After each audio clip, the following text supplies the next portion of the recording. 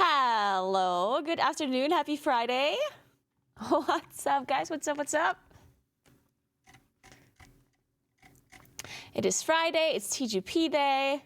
I have coffee, it's warm outside. I closed all the shades, so now it's dark inside. What else do you want in life? Roll the intro. So to my American friends, did you all just take Friday off as well? Did you have 4th of July holiday and today holiday too? Buff Moonkin, yes! Sounds good. Hey, Pastor, what's up? For the weekend, let's fucking go. Love to hear that. Hey, Bob, good morning. Aquila, Chatabella, Geronimo, Kuro, Sim, what's up? Hello, James. Happy Friday to you as well. Hello, Stricken. What's up? Hey, Wisp. How you doing? Blanwell. What's up? Mini-me. My mug arrived and it's not broken. Let's go. Only success stories today.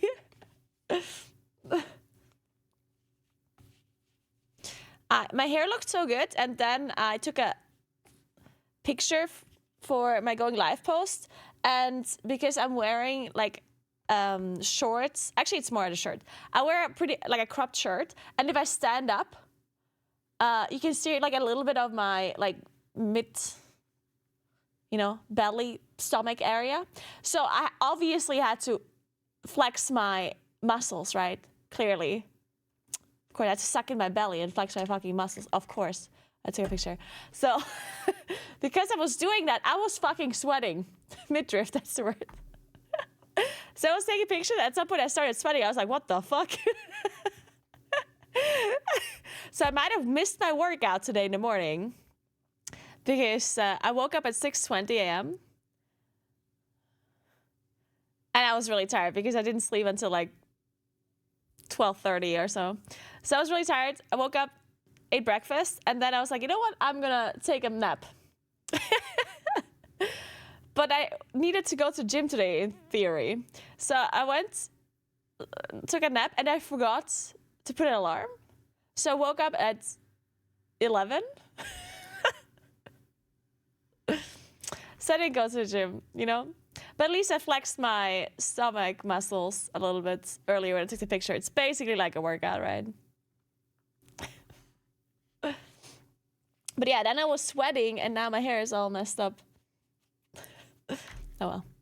Happens. All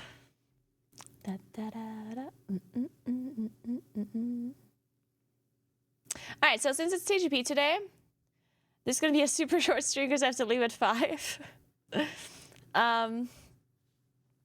But we're going to prep for TGP a little. I'm really excited for it. I'm a little bit worried about TGP possibly maybe being a little bit different this time around because of the key level scaling. Not the scaling, well, yeah, the scaling and the tuning of the classes and the dungeons. Kuros linked me a clip of Miris emphasizing the issue. I'll show you.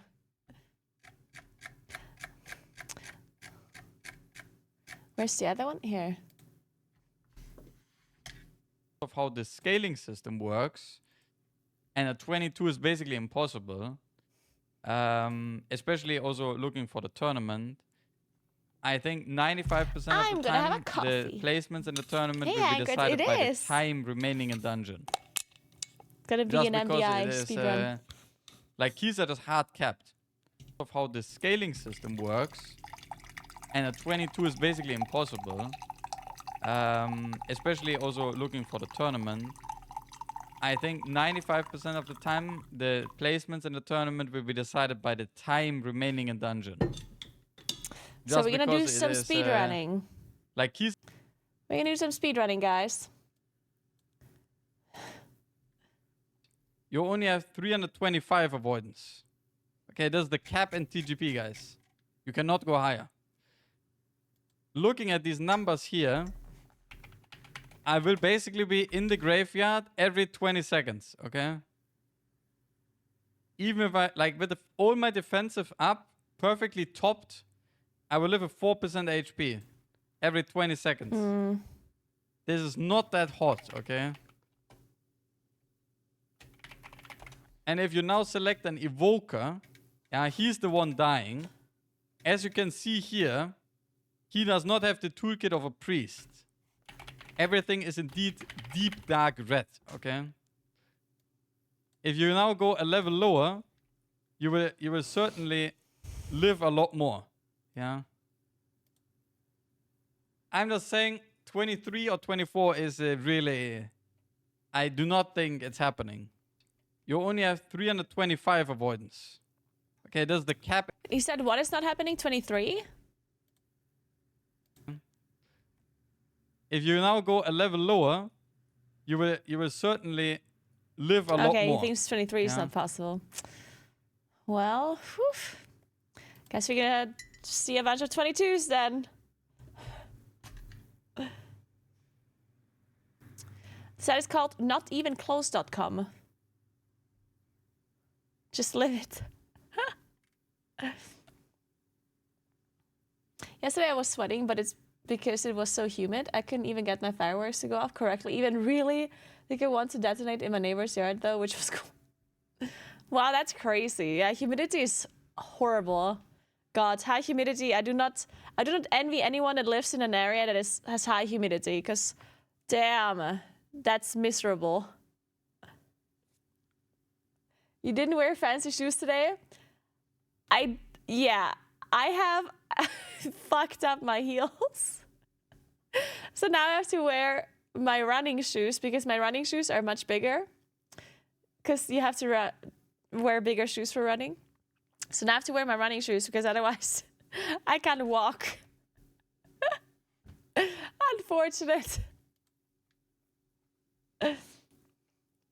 Was 100% humidity here yesterday? Isn't that just being in a swimming pool? Kind of, yeah.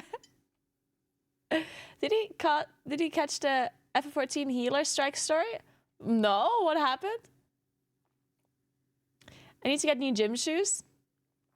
Yeah, gym shoes are interesting, because I was first thinking about buying like some shoes for the gym, but it turns out the best shoes for the gym are flat shoes, which are like Converse or even barefoot. Because basically, if you're like lifting weight or whatever, then your feet are supposed to be just flat on the ground, right? You don't want to have any kind of like heel elevation or side elevation. You just want to be stable on the ground. And you're as stable, like to be stable on the ground, you want to be like, you want your shoes to be as like flat as possible, or even like be barefoot. So guess you don't need gym shoes, just go barefoot. But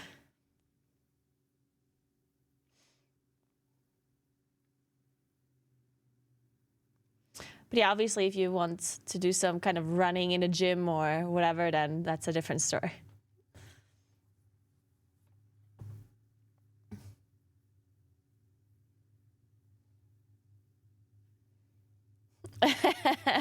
Koala. Who runs to the gym? Well, some people do. Healers in F14 are throwing a hissy fit because a streamer did a new dungeon in the private testing event without a healer, with a class that has always been able to do no healer runs. Or something, I don't know, it's all very childish, and I had no friends growing up energy. There's a whole Discord about it even. Wait, so it's like the WoW no healer debate, but worse? Because it was literally just at a private testing event? Oh no. Unfortunate for the F14 healers. It's weird because dungeons in F14 are not competitive, right? Like, can't you just... Aren't dungeons in F14 like not that hard, quote unquote? Because they don't scale and they don't have any like higher difficulties. And therefore you can just probably do dungeons with whatever the fuck you want to do them in. So... Can't you probably just do them without damage healers as well? Just play a tank full healers or something? Thanks for 29 months, Gamer. What's up? How are you doing? Happy Friday, happy Friday. All right, so plan is, we're gonna do all of the Wordles, of course, and the Wordle adjacent games, and then we're gonna prep for TGP, and then I'm leaving. So,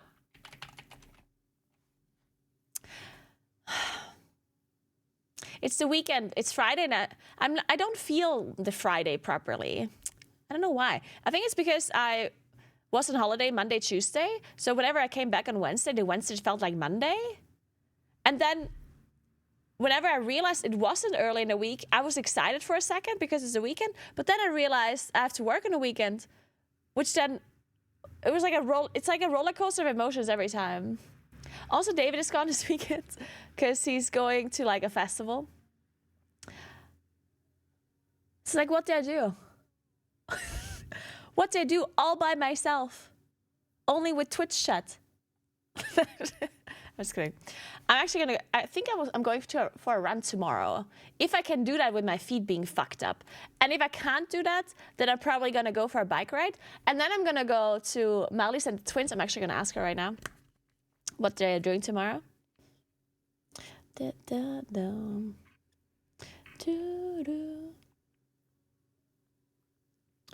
Because I haven't seen the twins in a while.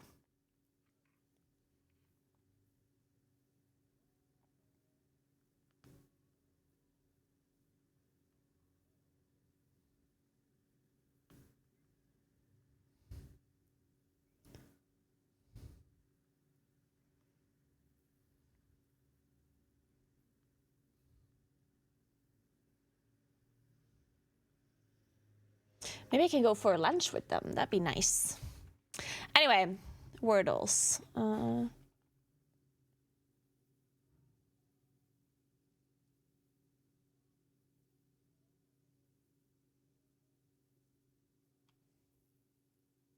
Cross. Crops. Crust.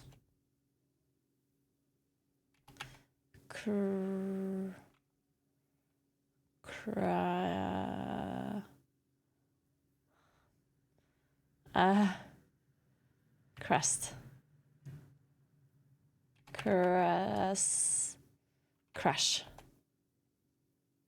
Let's go. All right.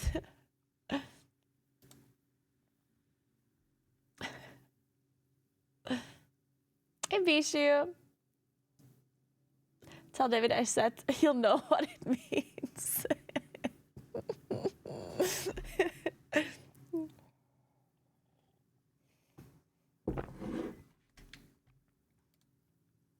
So, 3 times 7 plus 4, 25. Ooh, all right, good. Can I divide a number and then plus something to get a 2-digit number? Yeah, right, I can, of course I can. So 6 divided by 3 is 2 plus 8 is 10. Let's try that. 6 divided by 3 equals 2 plus 8 is 10. Okay, not divided. So that means it's minus, which means it's going to be 9. Wait.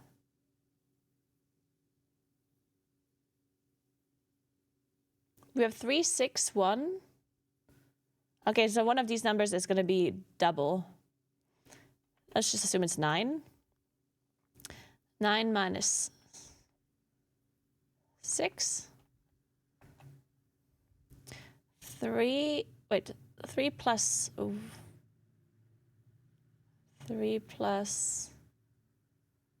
6. No, wait, we need a 3. Okay, we can't do that. So 1, 8 plus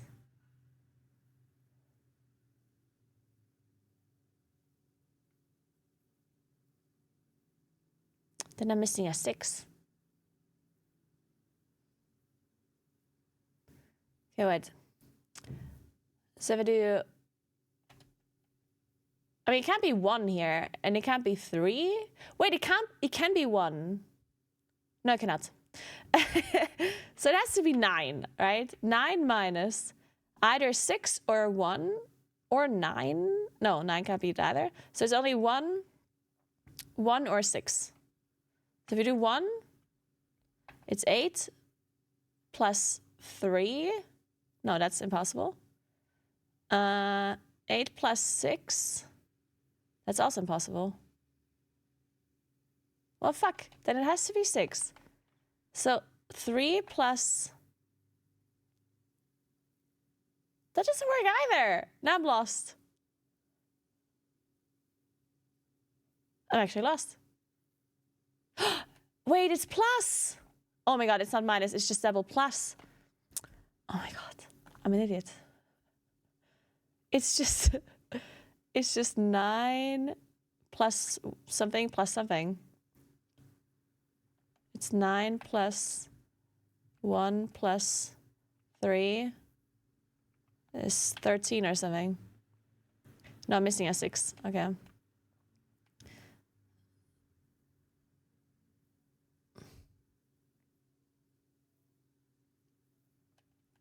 What's 6 plus 3? 9, 9, 18? That doesn't work either. Dude, what the fuck? This is the most difficult thing ever. Okay, wait. So what if this is 1? 1 plus... Okay, the rules are just the same as Wordle. You write an equation, a random one. It has to compute. And then it will tell you if it's black, then the number is not in there at all, or the sign is not in there at all. So there's no times, no divided. If it's like this color, then it means that the number is in there, but on a different spot. And if it's green, it means it's in there and on the correct spot. All right, so 1 plus 6, 7 plus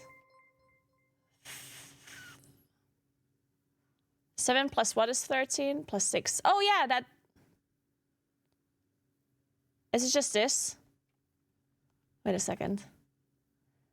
6, 6, 12, 13. It must be this.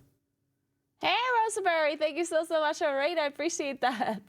Thank you very much. Welcome in, everybody. Hope you had an amazing stream. We just started streaming. I'm quickly going through my Wordle and Wordle adjacent games that I always do to start my stream, and then I'm going to be preparing for TGP that is later, that I'm going to be casting. What did you guys do today? Let me see if this works. 1 plus 6, 7 plus 6, 13. Yeah, this, I have a 1, I have a 3, I have a 6. This has to be correct. Oh, let's go.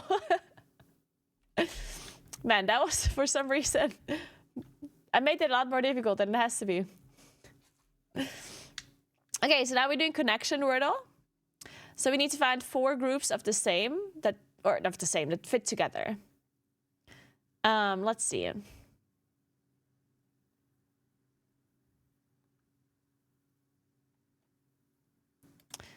Trophy, medal, ribbon.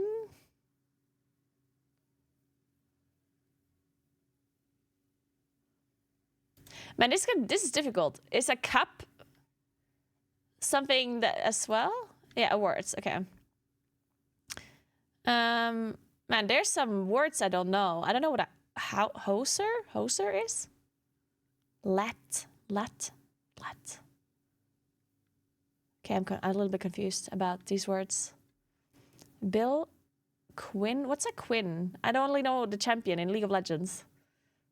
Quad. Oh, these are like quad and try. They are just like numbers.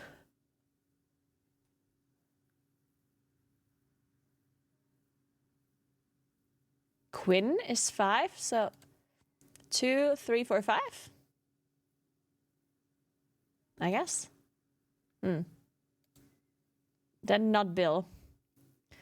Quad, try, Quinn.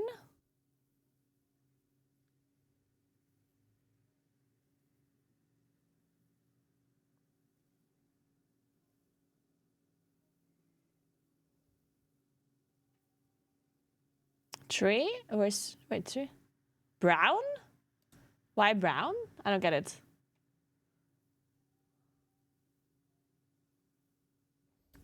Oh, muscles. Lateral pec muscles. Triceps.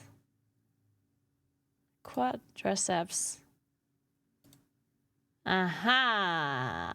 Yeah. Okay, that was confusing because I thought we were talking about numbers here.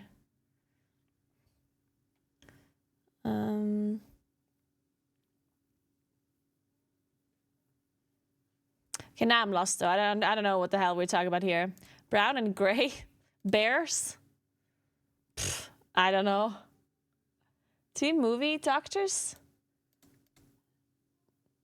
Oh, Dr. House? Empty House? Gray?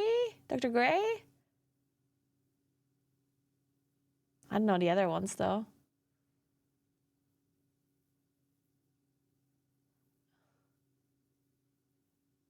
Quinn?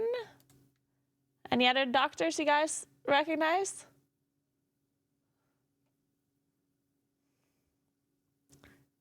Hoster, okay. Title TV doctors, okay, I did not know that. And Bill Bear, Commander Brown, I did not know that there's NFL teams either. Obviously, I don't know NFL teams. Okay, this one was a bit difficult for me.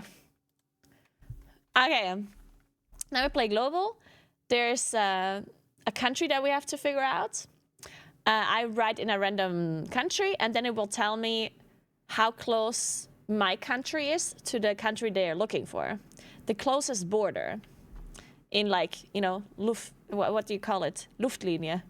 It's just like a line, like a airline, like a straight line. I always start with Germany. Okay, so Germany is 7,415 kilometers away from the country that we're looking for, which is very far. That is either the south of Africa or like Asia around here.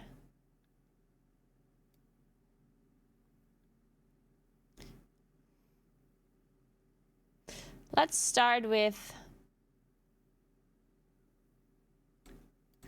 Nepal. Okay, Nepal is even further away than Germany. That means the country has to be down here or even over here.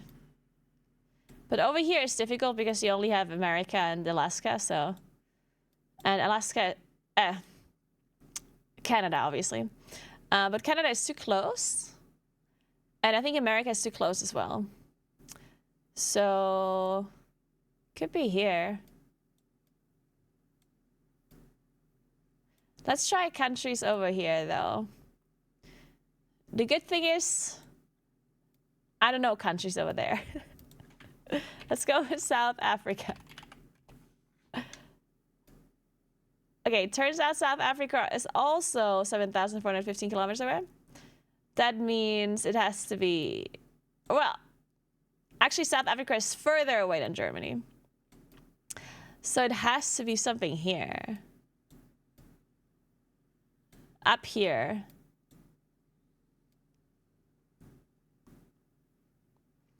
Well, that is difficult. 7.4. What are these islands again here?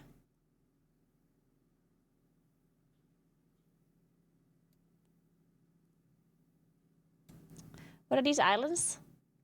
Cuba, yeah, Cuba. Okay, Cuba is 2.4k kilometers still away.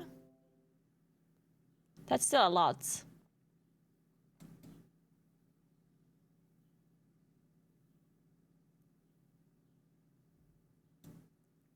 $2.4k from Cuba. That has to be down here then, but then...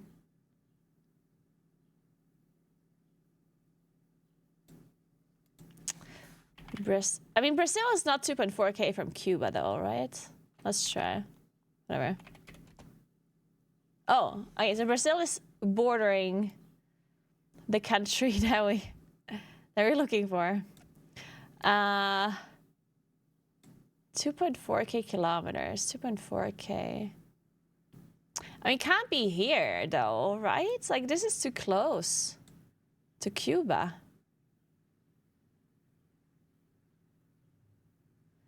It can't be this far away, can it?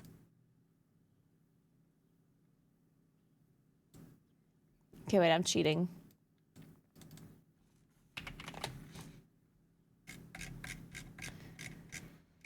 Give me a second. So what could it be?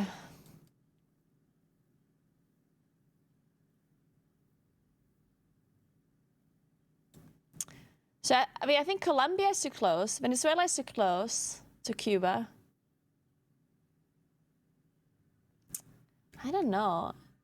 Isn't Ecuador just too far from Germany? I think it's too far from Germany.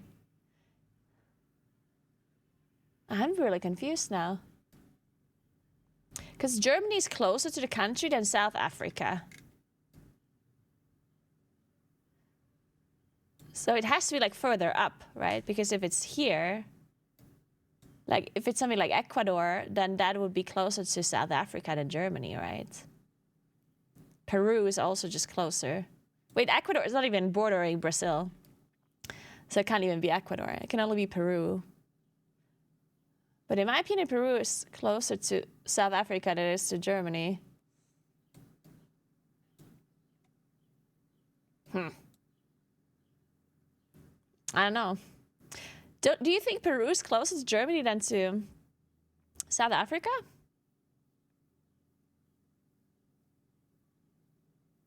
And let's just try Peru and see what happens.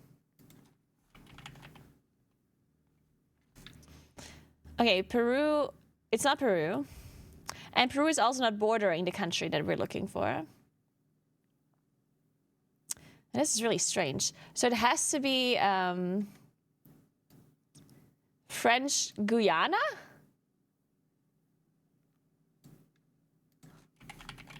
How do you write that?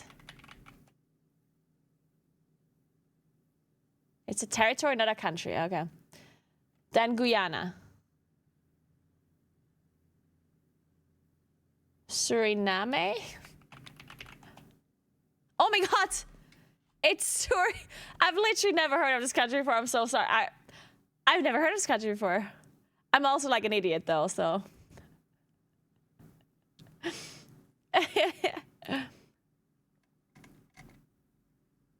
Suriname. Also, it's kind of, this is 2.5K kilometers away. Yeah, I mean, I guess that's, yeah, I guess. Interesting. So wait, what is this country then? The French Guyana is just Guyana then? Is this just Guyana, like the country that is here and here?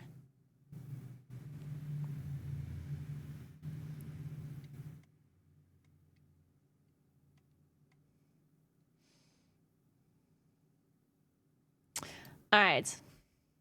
Anyway, let's remember, oh God.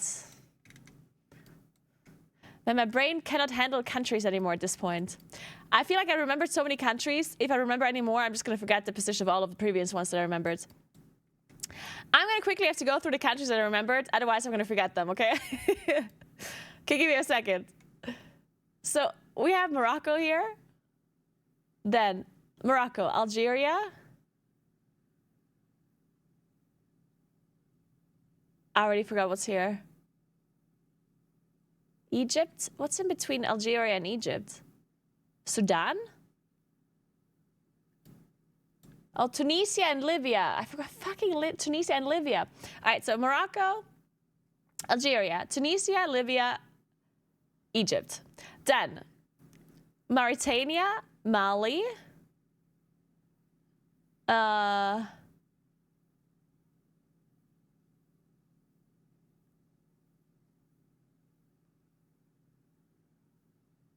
What's after Mali? It's not Nigeria, right? There's something in between, or is it not? Oh, Niger. Nigeria is underneath. Okay, so it's Mauritania, Mali, Niger, Nigeria, Chad, Sudan, Eritrea.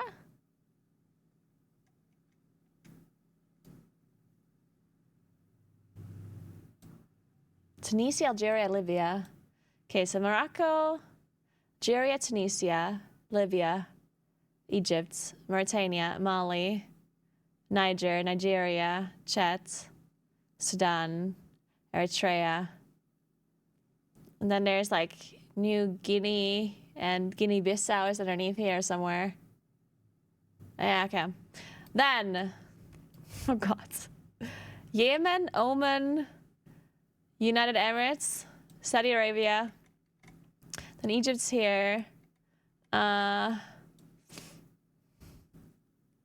got these countries over here. Oh, God.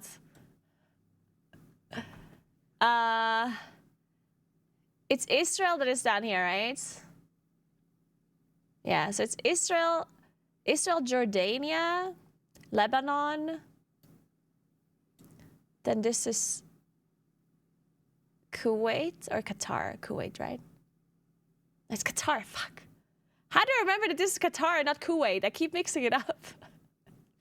I need to remember this somehow. Qatar.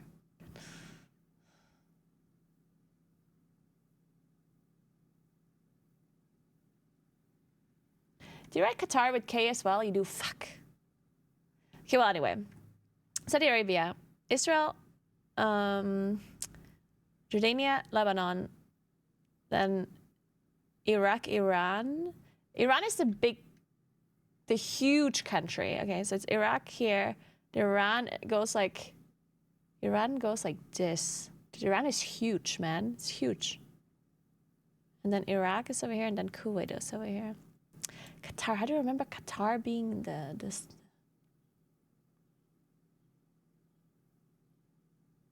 Whatever. I'll just remember. Okay. Then we have Turkey over here, and then there's Azerbaijan, Georgia, Armenia, and just Iraq underneath, right? Syria. I forgot about Syria. Syria is here. Syria, Iraq, Georgia, Armenia, Azerbaijan. Oh yeah. And then these are the Seychelles, and the Maldives are over here. Nepal, India. Okay, I haven't learned these ones here. Oh my God! Thank you so much for buying the power bank. Thank you so much. Oh my God, that's amazing. Thank you. I really needed a power bank. I broke my really good one some time ago.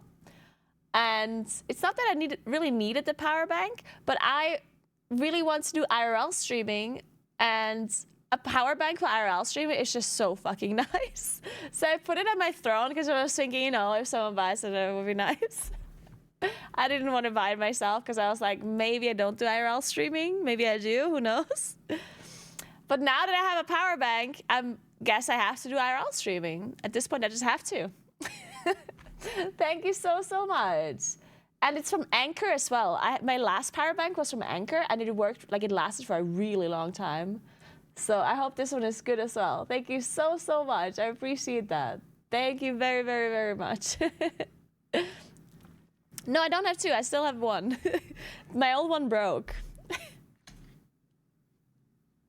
Thank you very much, Anonymous. I appreciate that so much. You're the best. Man, there's like somebody, an anonymous gifter. I'm not sure if it's multiple people or if it's just one, but somebody is just buying everything that's on my throne. I need to put more stuff on there. Like, there's nothing left at some point. Thank you so much. I appreciate that very, very, very much. Thank you, thank you, thank you, thank you, thank you. Hey, Gastriel, thanks for 11 months. How are you doing? I was also thinking about this yesterday because yesterday somebody paid for my whole like ladies' holiday to Jesolo, which I'm still like incredibly grateful for. It was so, so, so fucking cool. And then I was thinking,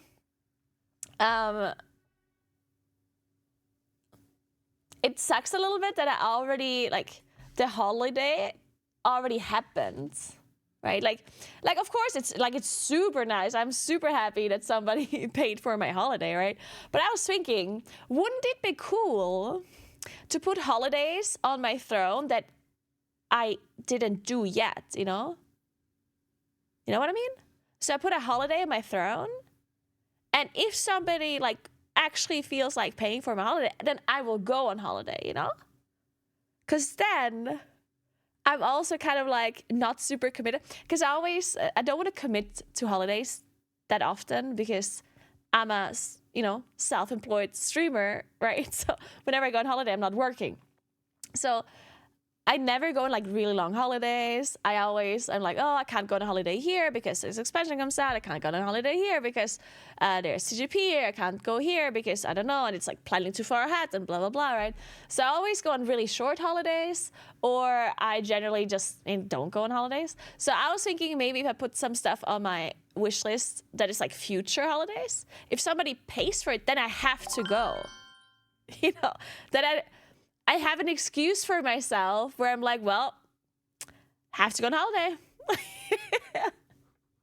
I think I should maybe try that. See how I feel. Obviously, I'm not going to be putting like a million holidays on there because, I mean, I can't do that. But but like short weekend holidays or something, I can, you know, maybe I should do that. Thank you so much for 16 months, Takey. What's up? How are you doing? Thank you, thank you, thank you.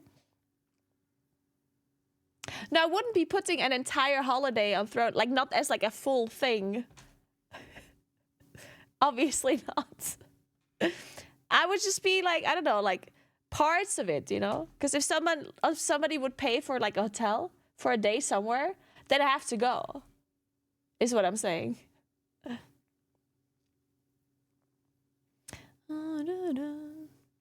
Hey, Audio, what's up? Good morning. How are you doing? Put a camera person on Throne, someone will buy them for you to film your IRL content. I mean, that would be nice. Again, I would love to be an IRL streamer. It's a lot of organizing though, and a lot of... it would stress me out for sure. I didn't put the whole holiday on there, Sevla. I put them in with individual points? Or are you saying I shouldn't be putting that either? I'm confused. What are you saying?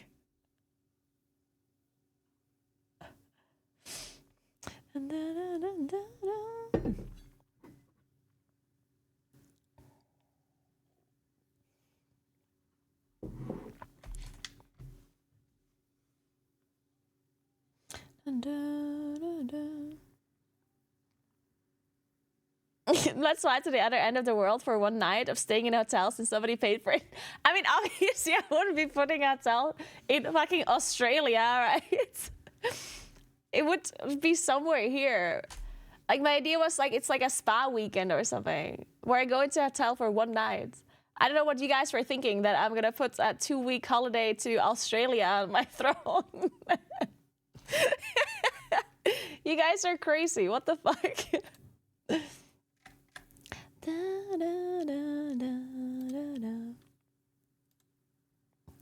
All right, so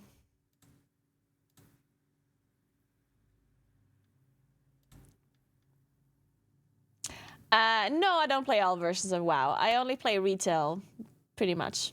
Hey, Lucas, what's up?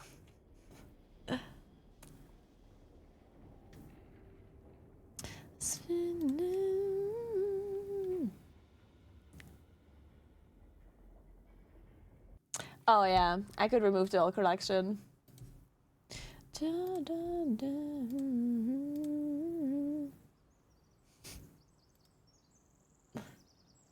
I still don't understand why they removed this Roborock guy. Also, yesterday I was at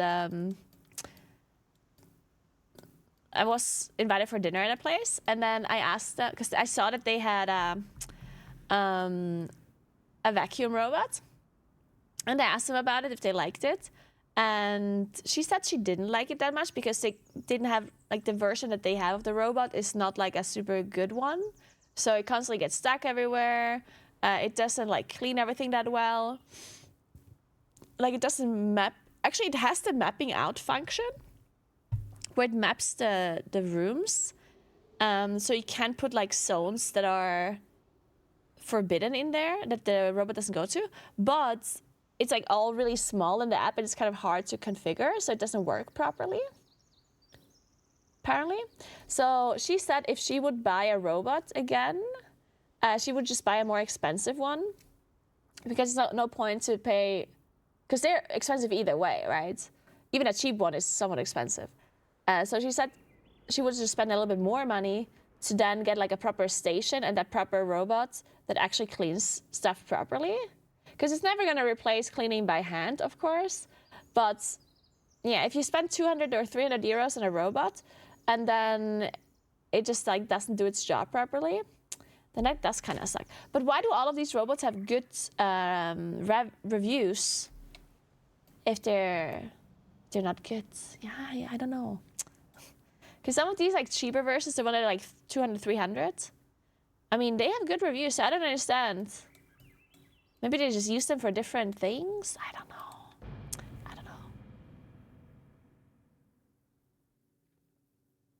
The robot must have been cheaper way out it. Maybe? Yeah, maybe it was just outdated. Fiance and I have a shark robot cleaner that does a pretty good job for daily pet dander. Yeah, basically would just want it for this office. Which is great because what she also said is like she hates to like clean up the place for the robot to work.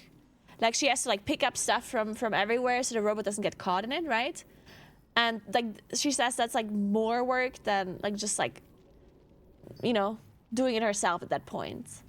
But in this office space here, I don't have to like pick things up from the floor because it's not like a room or an area where I live in. I work here, so it's not that there's like stuff lying around on the floor everywhere. So I wouldn't have to do that. So I don't know, maybe it would work better. I feel like I do need a station though, because a station is where the robot goes to like empty itself and then it continues. And it's a pretty big room. So if I don't have a station, then the robot would be full really quickly and then it wouldn't clean the whole room. So I feel like I need a station for it to work properly. And I would kind of want it to wet clean as well. And I'm not sure if that works properly. I got one and it's the best thing I have ever bought. Really, Bugs? Which one do you have?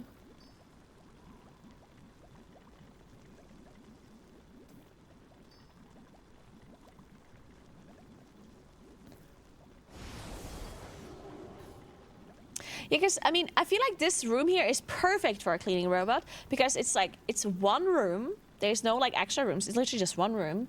And the floor, there's not much stuff on the floor. There's no carpets really. And this area here behind me where all the decoration is, I think I would just like put that on like I want the robot to just not go there, basically. If I can somehow like map that out.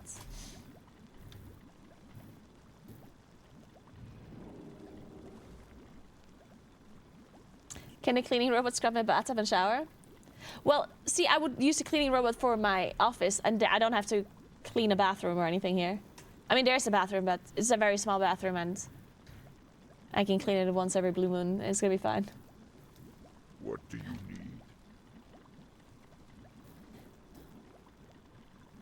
You have the LG one.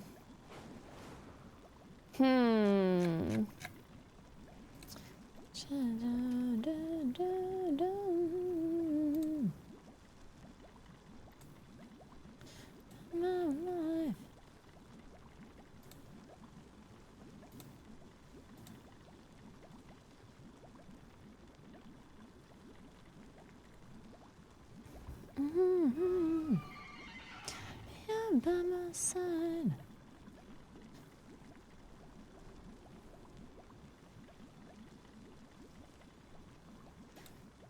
Googling the LG one. Okay, actually, wait, what's the time? 3 p.m. Okay, fuck. I have to stop Googling robots. We have to talk about the TGP. Okay, TGP, guys, TGP.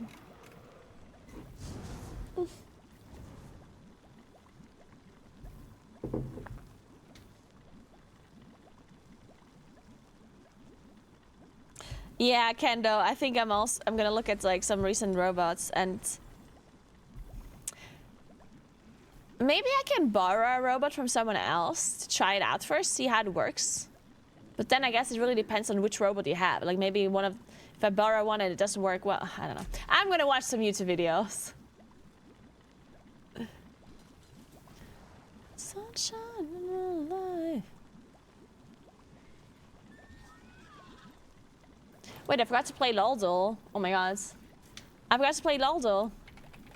And Wowdle. Sorry, we have to continue this and then we do TGP. Male mana ranged. But not an 80 carry. Male mana ranged.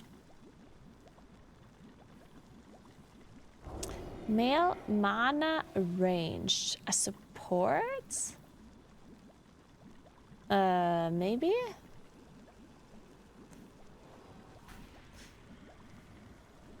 Thrash. It's a male mana ranged. That is a support and something else. Oh my god, what kind of male mana range is support and something else? Huh? Cillian! Wait, Cillian is only a support? Oh, Cillian's 2009. Oh. Xerath! That must be it. Oh, it's not Xerath. Then it is Vel'Koz. Yes! Let's go! Okay, Wowdle.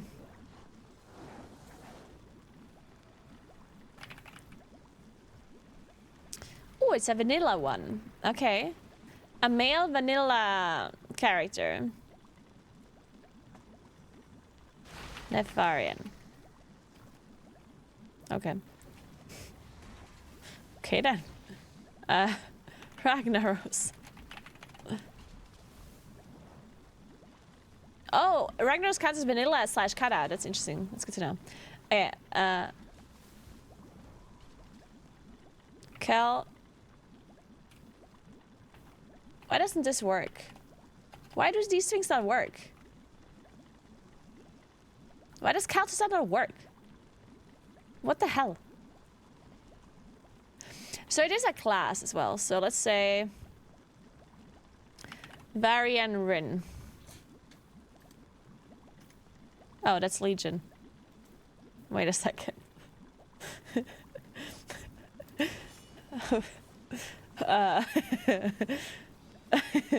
Hey 2000, what's up? Thank you so much for raid, Enilux. Thank you so much for welcoming everyone. Yeah, why doesn't Calcusat not work? I don't get it. It's not in the database apparently.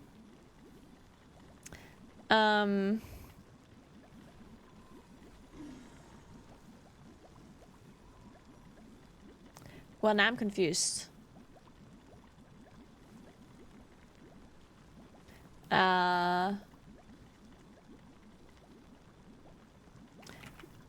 No, wait, what's... God.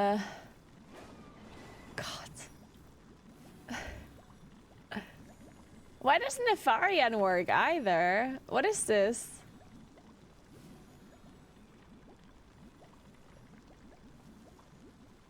This game sucks.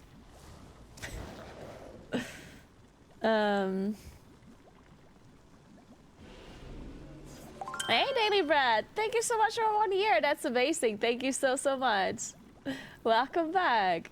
I hope you have a nice Friday.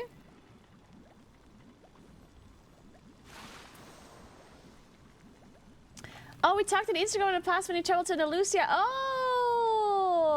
Oh, I remember. Hey. Oh, that's awesome. I didn't know you were a streamer. That's really cool. Thanks for 2 months at the Real Meet Us. Thank you very, very much. Yeah, let's try Thrall. So it's not a shaman, not a warrior, not a mage.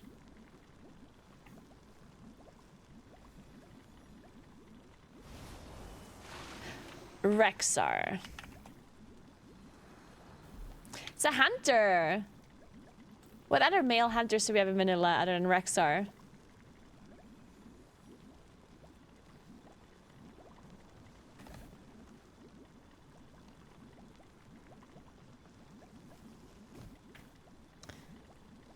Gingy. Where's Nathanos?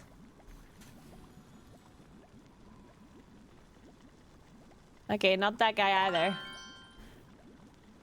Thanks for 7 months, Steph Mania. What's up, what's up? Hammett, Hammett. Oh, that's not a thing apparently.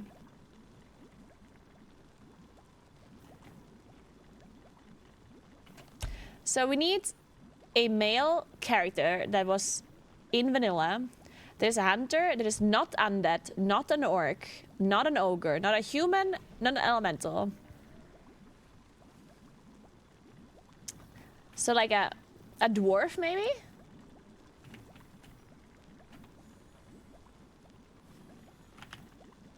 Bran? Oh, it's Bran! There we go. Good old Bran. We did it. Good job, good job, good job. Okay, so To victory. now we're gonna look a little bit into TGP. I know I logged onto beta. I shouldn't have. I should have logged on retail because we're looking at retail stuff. But yeah, so TGP starts at 7 p.m. My rehearsal starts at 5 p.m., which is in 2 hours. And I'm gonna go check out some stuff.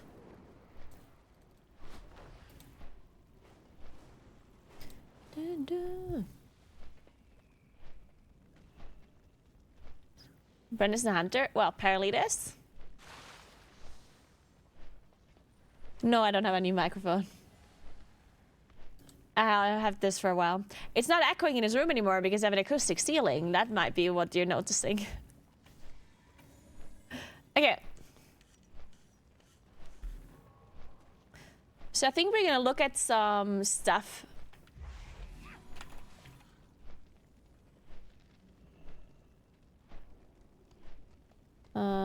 From Ravenseeker. Because she was streaming some TGP qualifier runs.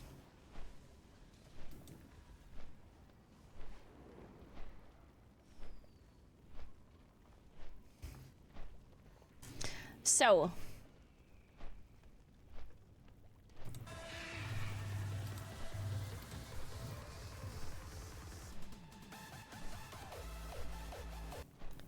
Oh, she does not mute her music in her VODs. I assume the music that is not muted is not copyright then?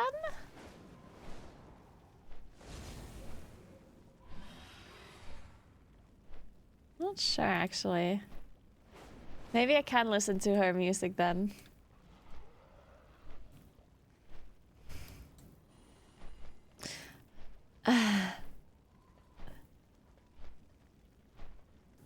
Yeah, I know that red parts are generally the copyrighted music, but sometimes it just doesn't register it, I guess, properly.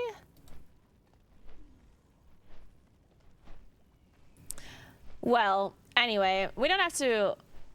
Well, I mean, it would be nice to listen to the voice comms, actually.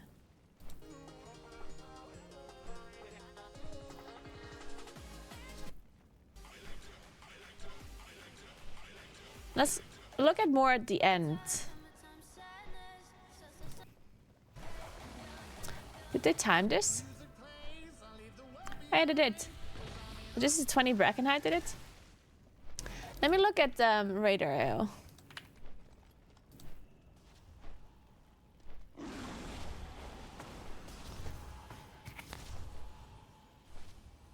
One second.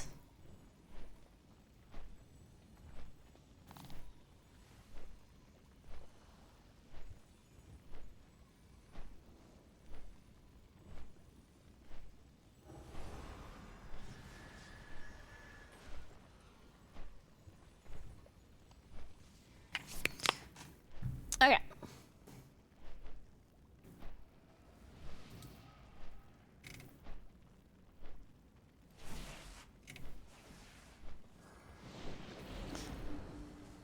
So the highest is a 20 Brackenite. Yeah, and a 20 Ruby. Okay, so let's watch this run. This is our best run.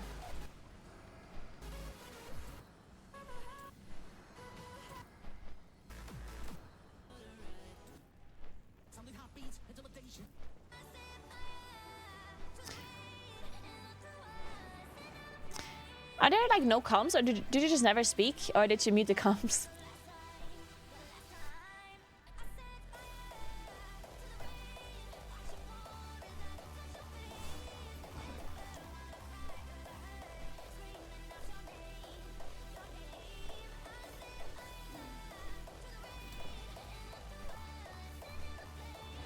Yeah, she doesn't speak, but I'm asking about the comms. Like, I can't hear anyone speak. She had no comms? Oh, well, then I can also just mute this. Oh, no comms. Okay, I see him.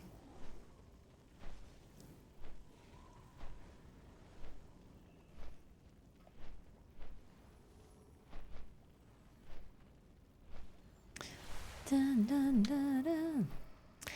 So I have a question. Do you think that the TGP teams start with a different comp on the lower levels? Probably yes, right? Like, I don't think they'll play Evoker at the start. What do you think they replaced Evoker with for lower keys? Because I assume everything else stays the same. Maybe a Warlock? Yeah, maybe a Warlock. A Red Paladin?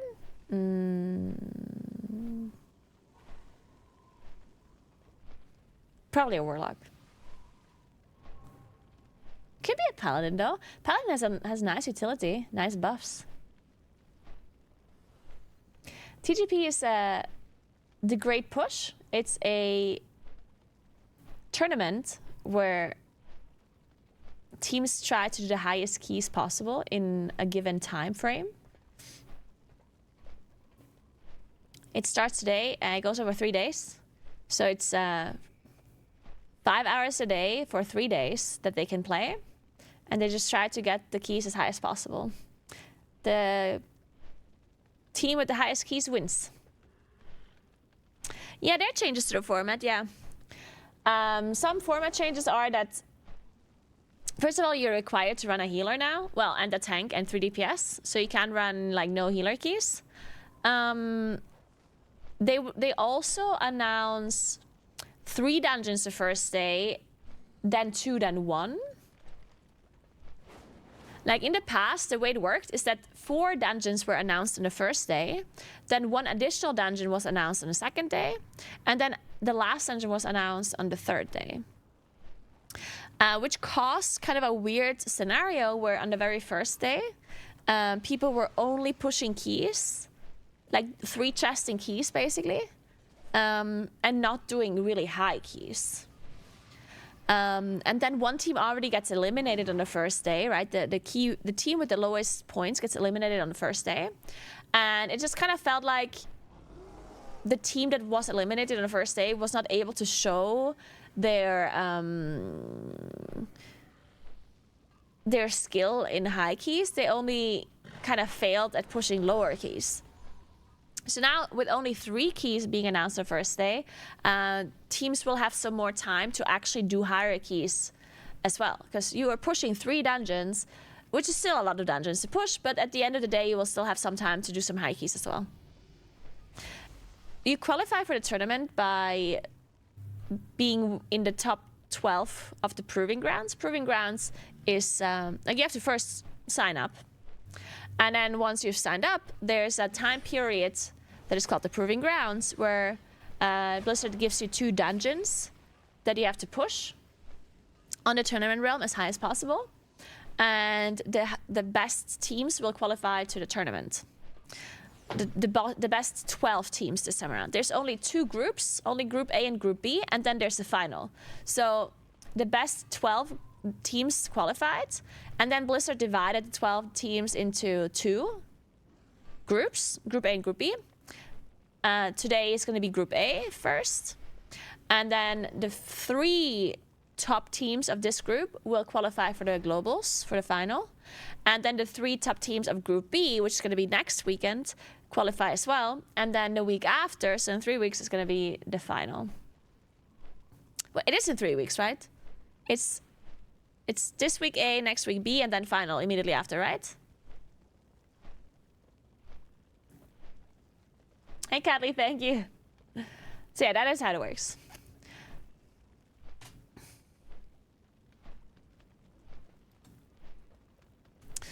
All right, so this pull here that they do is very...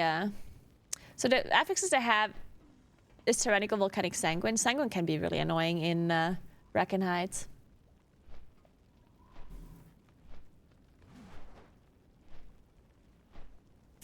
But that is a pretty standard pull.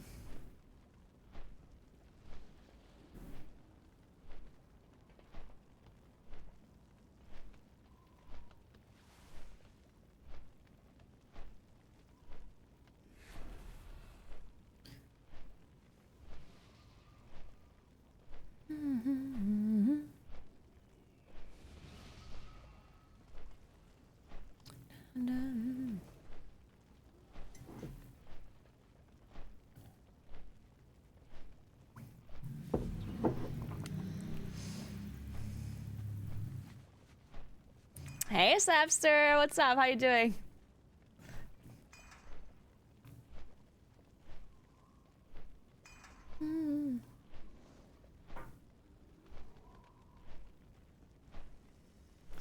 Okay, grumble.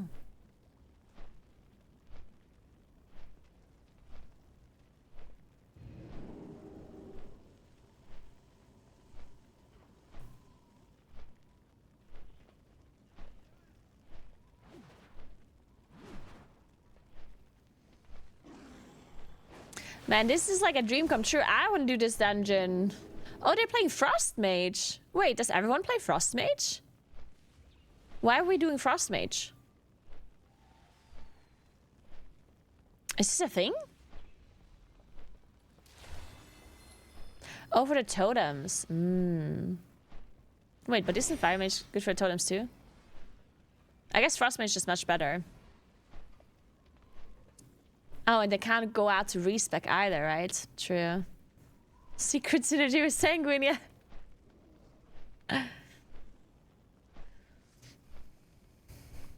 Jericho.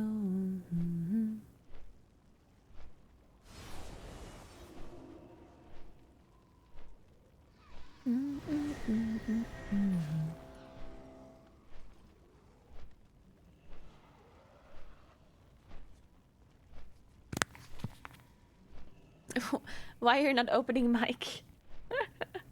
Fucking people like, talk to me, entertain me, streamer.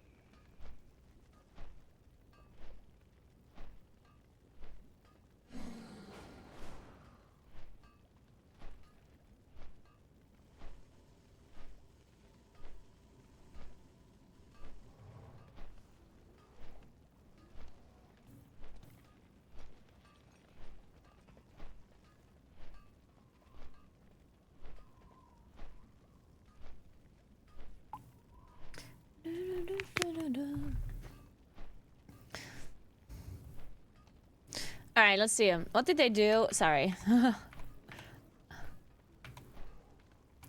So they just...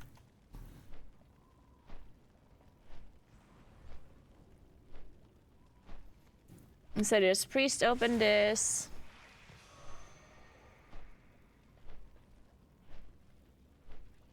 So they have dwarf, dwarf.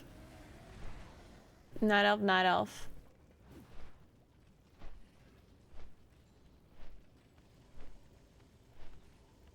On top of the world. So in the first one I used nothing. Kind of looking what to do for the first Gash Frenzy. So we use obsidian. No, what is this again?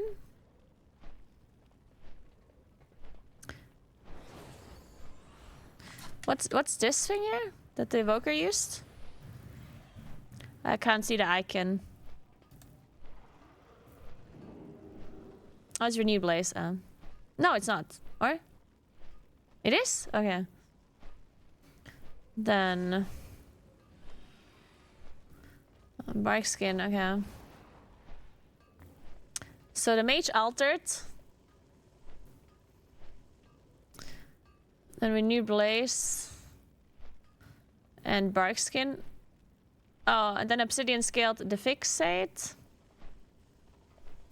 And the priest seemingly used nothing.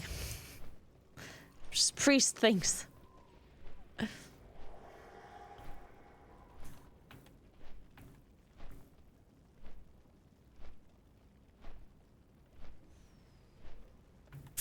And what happened to her? Oh, that's an earth bolt that went through. Or? No, why is she dying? Oh, did she taunt?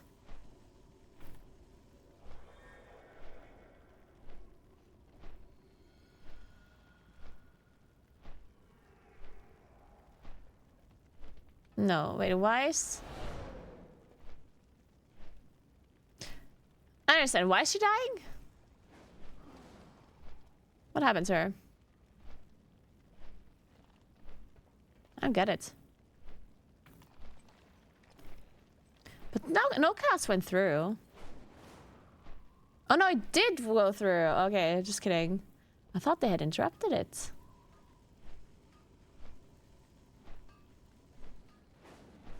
Oh, okay, okay, it just went. It was just an earth bolt. I was so confused because to me it looked like the earth bolt was interrupted. I was like, what else damaged it? Okay, anyway.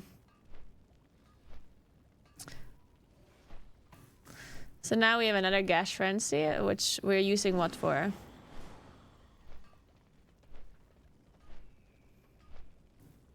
So we have Bark Skin, Renew Blaze, Altar, and Priest Sphinx.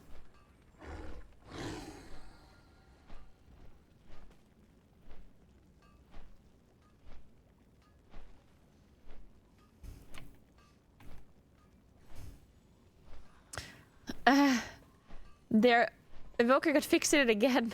Oh, damn.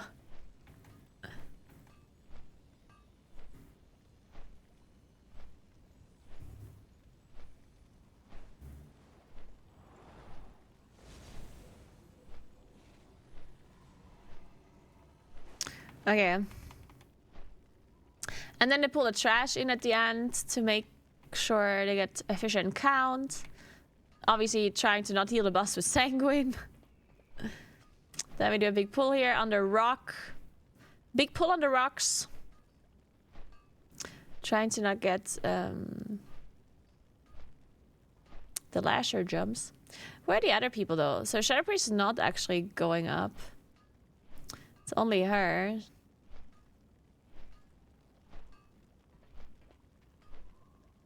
Oh, I guess it's volcanic. Volcanic actually really annoying to avoid lashers, right? Because if you're jumping on top of a spot that is unreachable, you spawn all of the volcanoes there, so you can just never cast.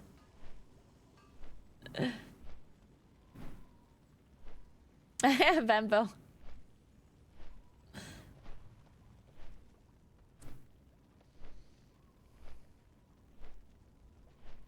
Da, da, da.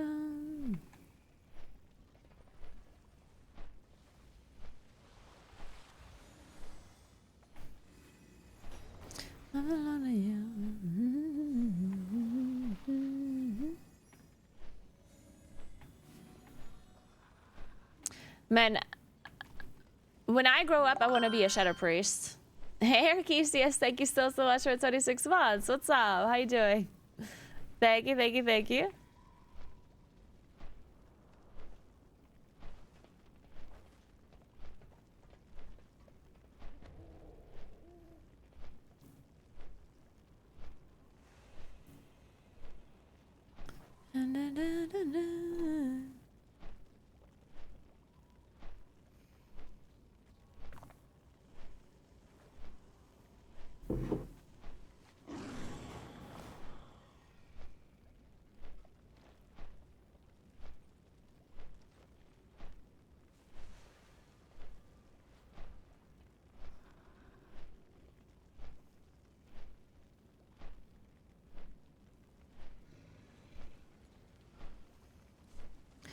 So the 2 oak trees on tree map, that's pretty intense.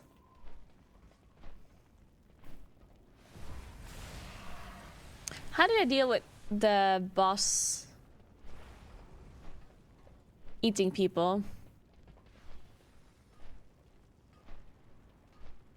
Who's getting eaten here? The evoker, it looks like? No, wait.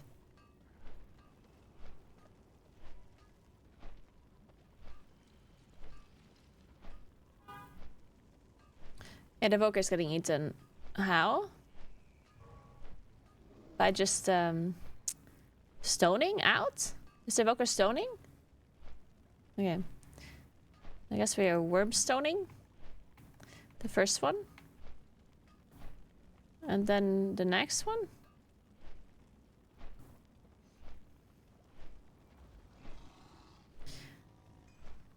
A picture. So this one, it looks like the tank is taking.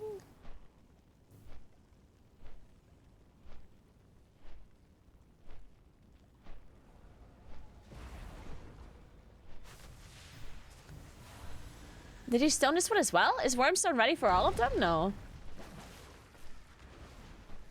I don't have a green screen behind me now. I swear.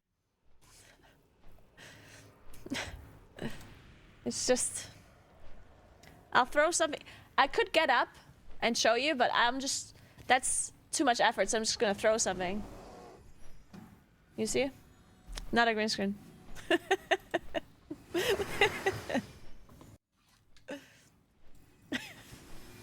Good use for the wallet, yeah.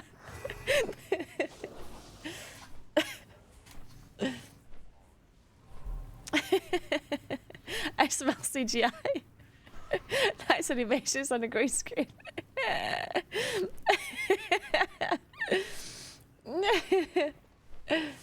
It's Evoker, the person that already has Ornstone. Then Evoker. Oh wait, it's a separate cooldown? I didn't know. So the Evoker uses it and it doesn't go on cooldown for the other person that has it? I thought it shares a cooldown. Oh, it's separate. Oh, okay.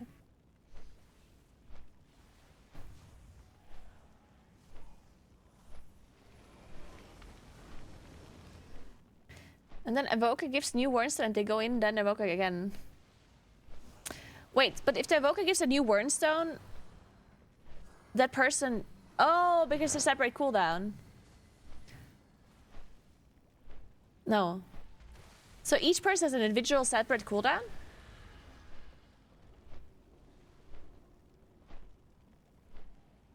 So technically... What's the cooldown on giving a Wernstone?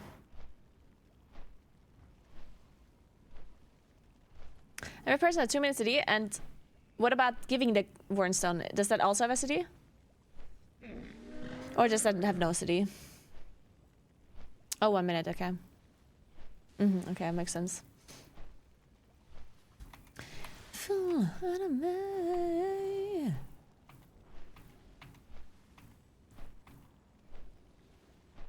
Okay, so now we skip Stink Breath. How are we doing that? I assume also Wernstone Shadow Melt or something?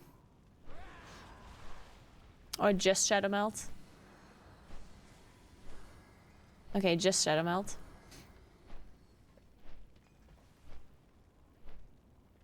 Okay.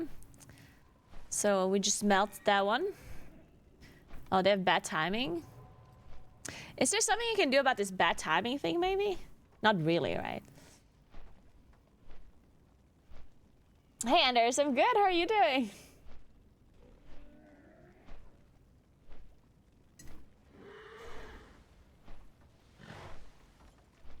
Except the fact that my coffee is cold because I didn't eat it. And by eating, I mean drinking, of course. I don't eat my coffee.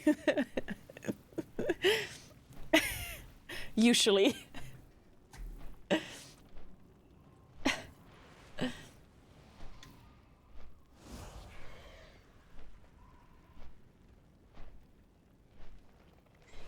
Oh, they play this. Why? Play the hyenas. Interesting. Okay, I mean, why not?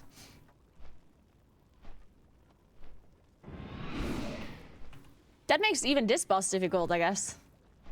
These stupid hyenas, I swear to God.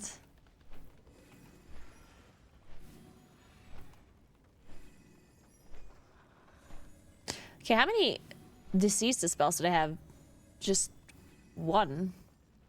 One disease spell and a cauterize. That's actually not that much.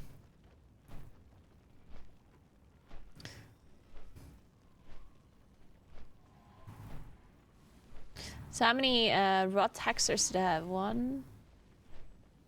Okay, just one.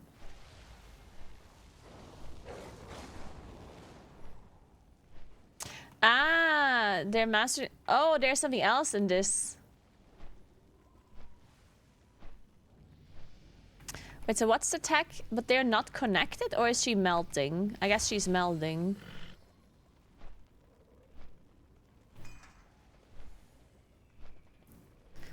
Okay, yeah, so she...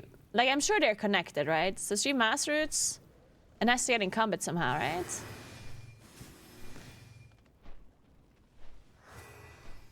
Or no?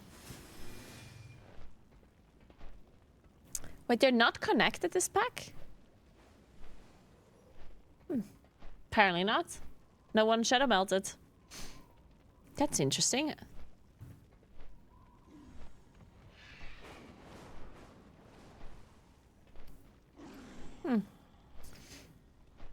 Oh, that's how it works. I don't know. It's very weird. Sometimes packs that should be connected are not, and then others that shouldn't be are. It's very strange. I wonder how Blizzard actually decides on which packs are connected and which aren't. Like, to me, it would be like, oh, a pack that patrols together would be connected in my book, but apparently not.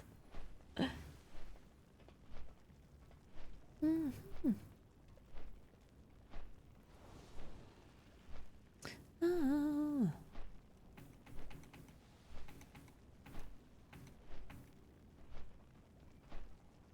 Don't you know?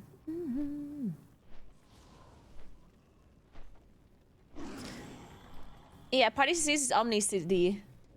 Omni CD shows the cooldowns.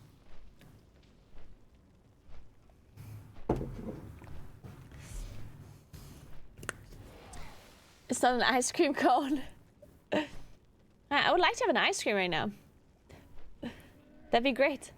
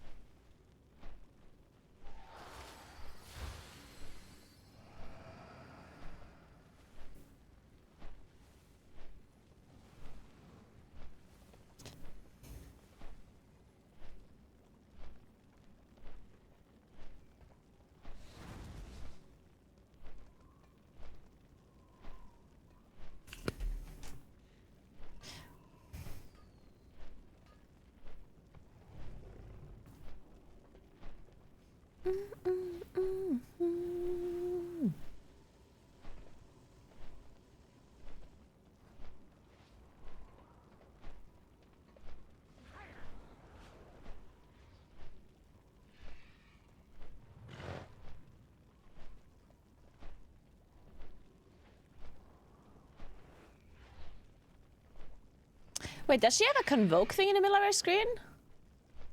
That's interesting. She's got the convoke weaker.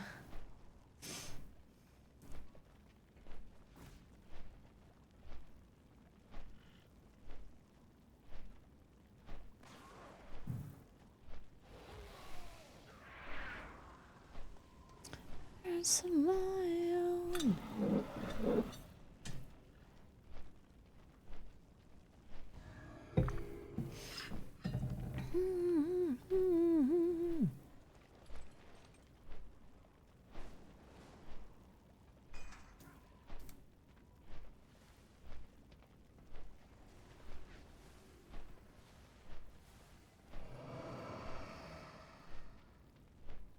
What's your favorite flavor of ice cream?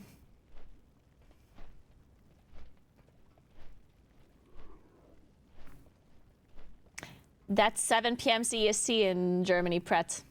19 Uhr. CEST, das ist deine Zeitzone.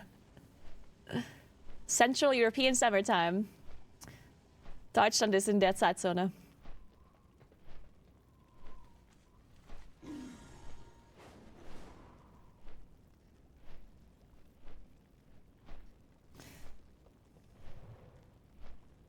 Pistachio. Dude, I have to try pistachio again because so I had this thing, like, I don't know why. I honestly don't know why. Maybe it's because I made pistachio differently in the past. But I swear, in the past, I tried pistachio and I hated it when I was, like, much, much younger. And then I never, like, to me, I just was just like, oh, I hate pistachio flavor. So whenever there was any kind of pistachio flavoring, I was like, nah. That's not for me. But then recently it's like a new trend to add pistachio, like, mousse, like kind of like a pistachio mousse to, like, croissants and, like, other sweet stuff. And I didn't try it because I was like, I probably don't like this. But then I tried it because other people tried to convince me. They're like, you have to try this pistachio, like, croissant. It's the best thing ever. Or this pistachio donut or whatever. So I'm like, okay, I guess I'll give it a try. So I tried it and it was delicious. It didn't taste like what I remembered at all. It is like a pretty ugly green, or like sometimes even like brown, depending on, right? Like, it definitely looks disgusting. But then I tried it, it was so fucking good. So I was like, oh my God. But I haven't tried pistachio ice cream yet because I still just remember vividly in my head that I did not like pistachio ice cream. So whenever I am at an ice cream place that they have pistachio, I'm like I really want ice cream right now, and I don't want to risk ordering ice cream that I just don't like. But maybe I should give it a try.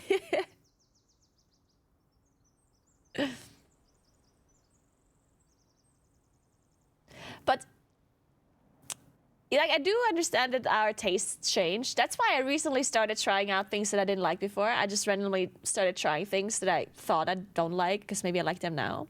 And some things I did change my mind on. Like, for example, corn. I never liked corn, sweet corn. And now I kind of like it. It's still not like my most favorite thing, but I like it. I tried... The one thing that did not change is carrots and mushrooms. I still just don't like mushrooms. I don't know. There's this weird... They all have this weird, like, earthy kind of flavor thing. And it's just my thing. Also, their consistency is also just bad. So I still don't like mushrooms. Carrots, I'm split on carrots. I think if they're cooked through, then I like them. In a salad, most of the time, I don't like carrots unless they're cut very thin. Then I don't mind them as much. But like bigger pieces of carrot that is like raw in a salad, it's like, I don't have to have that. Raisins, I changed my mind on a little bit. So I was a raisins hater. Absolutely hated raisins. And in general, I don't like dried fruit. But I think I changed my mind on raisins if it really fits in the dish, and if they like more like if they filled up with like some sauce. For example, I was in Morocco in Tangier, and I had this like couscous kind of like dish that had vegetables in there. And it had raisins in there that I think the raisins were also, like, they were pretty big. And I think they were, what is it called when you let them lie in like a liquid for a while over some time? Yeah, I don't like dried fruits. So I think. Also, I think it's a good thing that I don't like dried fruit because dried fruit is certainly not marinated. Yeah. So I think it was marinated raisins. That really like, filled up with sauce, and then I had it in the savory dish. So I was eating something savory with vegetables and couscous, and then there was the raisins in there, and it really just like it worked. Like for that dish, it just worked. because it was like this. The sweetness it was perfect. It was really good. I don't know. I'm still not the biggest fan of them in Apfelstrudel though. Like apple strudel, it has usually raisins in. I think it's not needed in an apple strudel, just because it's like the apples are already like. Sometimes you put raisins in like a cake, and you put the raisins first into like some sort of liquid to make sure that the cake is not dry. But I think an Apfelstrudel is already not dry because you have the apples in there, right? So I don't think you need the raisins in an apple strudel for it to taste better, because the apples already have taste enough. You have like the nuts in there, you have the cinnamon, like it tastes like enough, right? And it's not dry. So I don't think, like, I think the raisins in apple strudel are not needed. If they're in there, I'm not gonna like not eat it. Of course I'm still gonna eat a fucking apple strudel even if it has raisins in there. Like, I will eat it. Would I prefer it without? Probably. Raisins in cookies though, no, also not a fan. The only time I accept raisins is in like a savory dish when it gives it like some sweetness, which seems nice. Like the raisins have to be not super dry. I think if they're serve a purpose of like giving the dish like more moisture, if it's like really dry otherwise, fine. Then it's good. But other than that, not the biggest fan.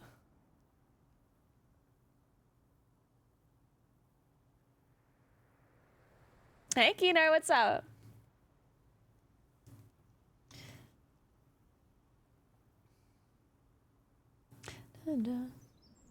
Dried fruit is no longer fruit, it's candy. Yeah. Dried fruit is definitely not like super... I don't want to say it's unhealthy, because it's not by definition unhealthy.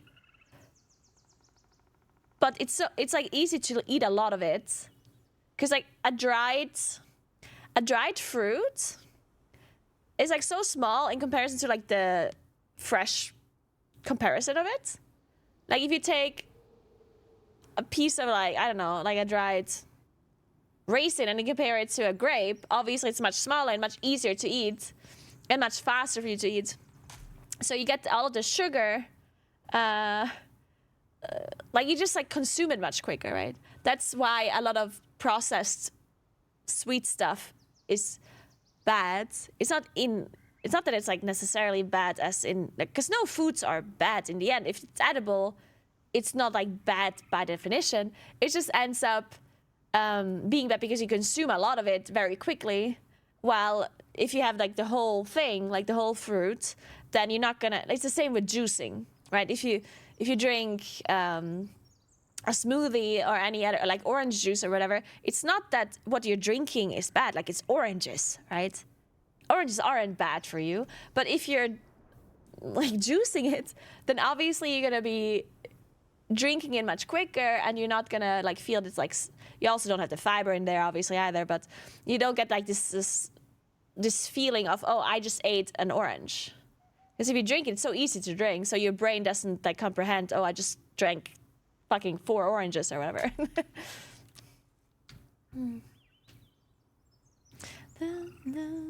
So I think it's a good thing that I don't like dried fruits. Unfortunately, the TGP is over a Euro weekend. Oh, yeah, that does suck. Yeah.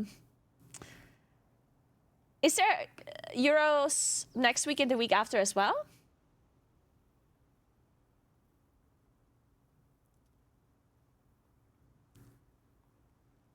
I never get the feeling of eating an orange after drinking it. Might be because of the vodka I always drink it with.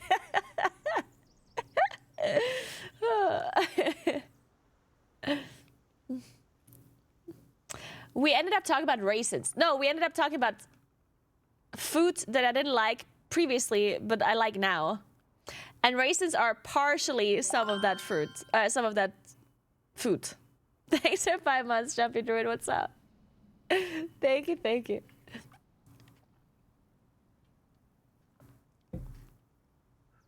I cooked my dinner today during lunch. Well, not during lunch. Yeah, basically. And I brought it in like a... Dude, I have a lunchbox now, so I don't have to use my shoebox anymore. David brought me a lunchbox. This lunchbox apparently has a lot of history. He used it while he was studying in grad, so I have to be very careful with it, apparently. He didn't say that. But now I have a lunchbox. I didn't use it today because I already had cooked my dinner, my lunch when he brought it to me. Very good, and jam is a good combo too. See, I have an even better combo. I always eat yogurt almost every day for lunch. Or breakfast, depending on what I feel like. And I use plain yogurt. Usually Greek yogurt, but sometimes, you know, any plain yogurt. Greek yogurt actually works best for it. But then I use frozen mixed berries. Or you can use frozen raspberries, whatever berries you like. Frozen strawberries, frozen raspberries, frozen mixed berries, frozen whatever. And they're really cheap to buy in like a bag. And then I pour out the berries. I microwave them. And when you microwave them, they, like there's liquid in it. So it's like a liquidy berry kind of thing. And then I put the Greek yogurt in it. The Greek yogurt is not very liquid. Greek yogurt is very like thick. And then the liquid of the berries makes the Greek yogurt much more liquid. It's just makes it more like a yogurt. It's not going to be as thick anymore, which is nice.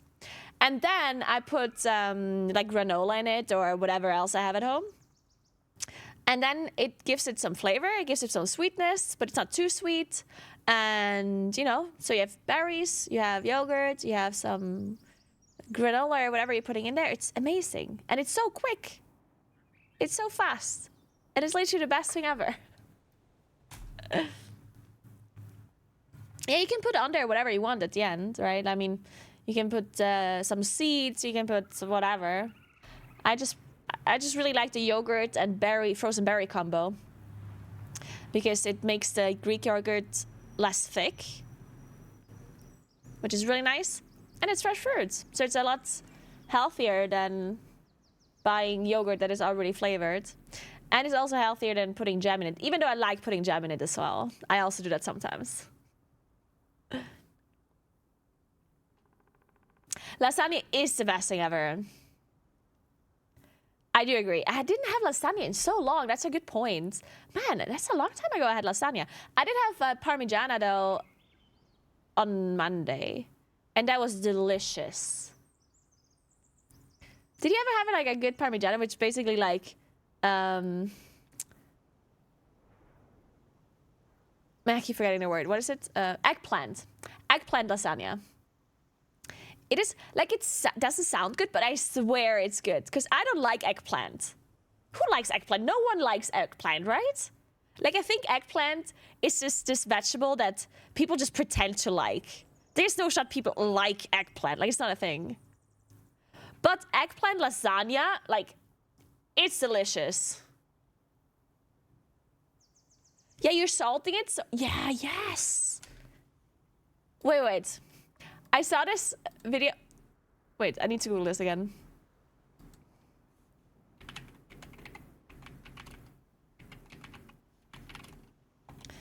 Ophelia. Like, I promise you, if you cook this, you're gonna love it. You just need to make sure that you use a good tomato sauce, though. It's important. And good Parmesan cheese, obviously. Good, all of the ingredients need to be good.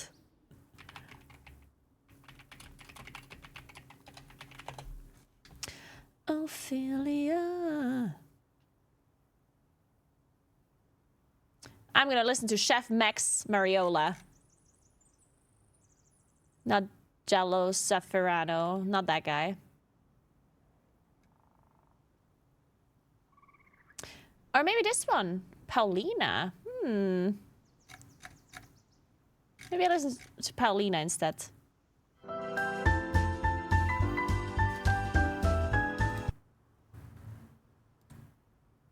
In Cucina con Paulina, let's go! Paulina, You better show me a good Parmigiana, otherwise I'm gonna be upset. Wait, what did you put in there now? Oh, she's not speaking, is she?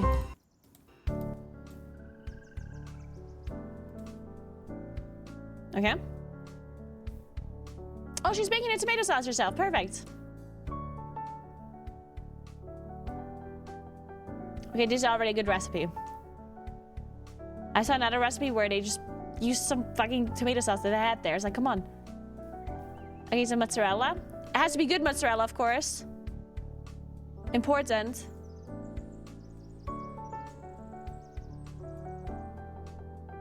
Oh, she's cutting it this way. Oh, no, wait, what is she doing? Interesting.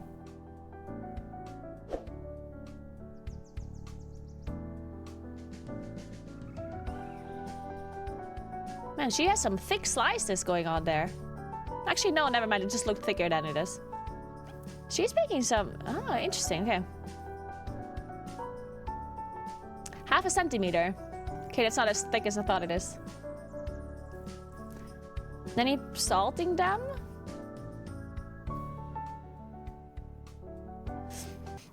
I also saw that you can just like... like spread them out on like your... if you have a big table, if you have a lot of space, you just spread them out on like a table. Like a cloth or something. It's called an eggplant. What did I say? Did I say eggplant? 1 hour. Interesting.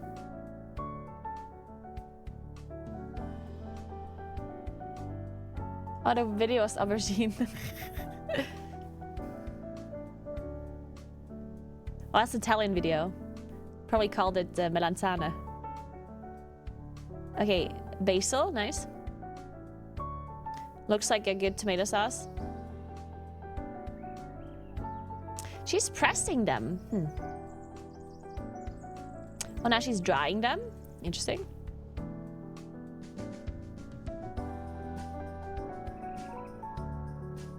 Like, trust me, this is delicious. You have to make this.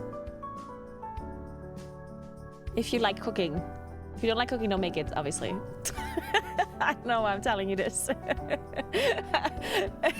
Just in case you felt forced to make it.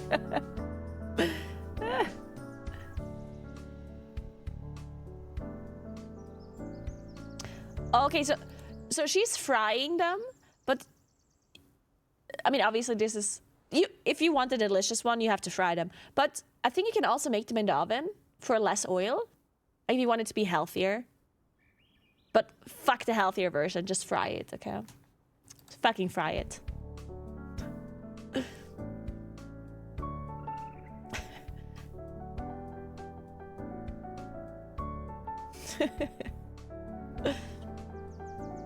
We need new memes for TGP.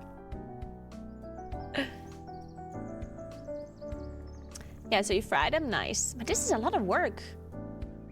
That actually is a lot of work. Jesus Christ. You have to fry them all? Oh my god, you're frying stuff forever.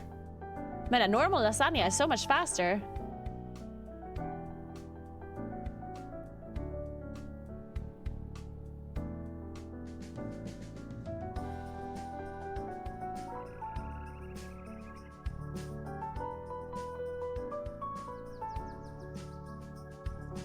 Okay. Not sure what the... Oh, okay, that makes sense. She's using a baking sheet so the oil from the top ones doesn't go through to the bottom ones. That is very smart, lady. Good job, Paulina.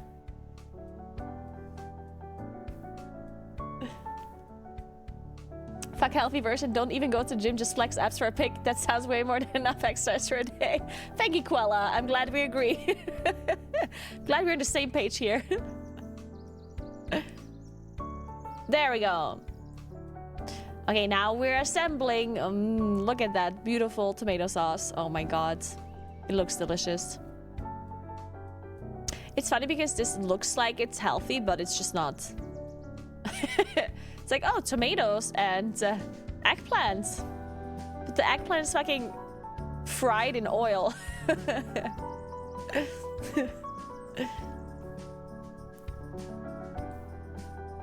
Oh, and you're drying the mozzarella a little bit first, so it's not super liquidy. Parmesan cheese, of course, of course. Basil, yep. Go for it, Paulina, you're doing great.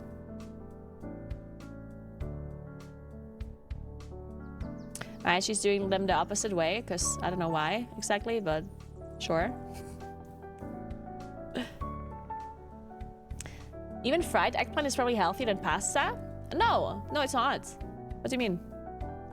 Pasta has more carbs, probably. But carbs aren't unhealthy.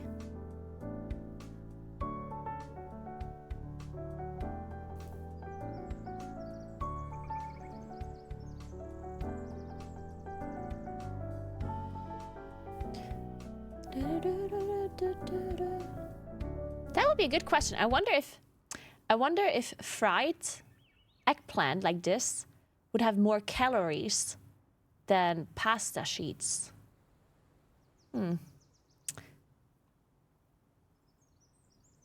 It's probably close. Nah, I think the oil just has more calories. I think so. It's fully fried in oil.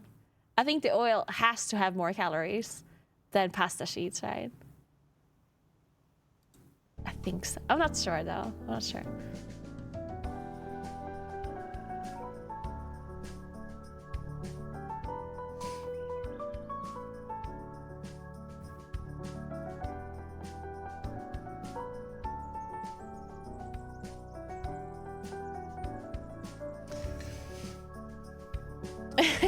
Vareska.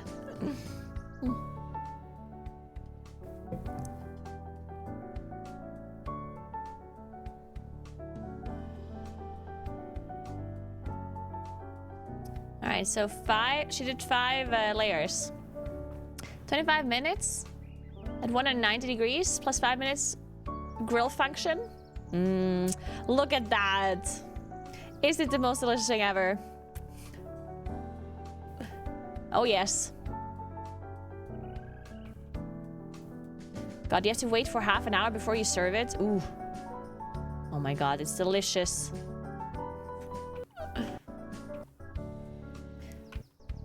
Okay, if someone ever makes this, if someone cooks this that hasn't cooked this before, please let me know if you liked it and take a picture. I need to make this myself. Anyway, let's continue to watch this TGP. We're supposed to practice, prepare for TGP, and all I've been doing is watch cooking videos. Cooking videos are great though, so I don't know.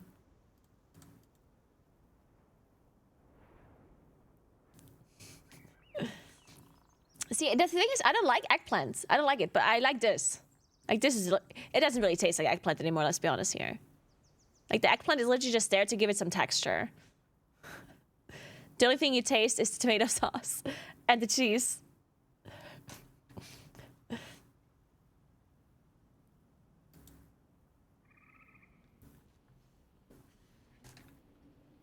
The eggplant is just there to soak up the oil and give it texture.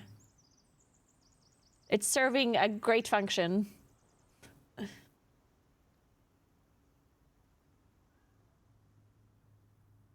Creme brulee of eggplant and saffron. Huh, Keener, that sounds very interesting. I would never order such a thing, but I'm sure I'd like it. Because, I mean, who doesn't like desserts and who doesn't like creme brulee? Like, let's be fucking honest here.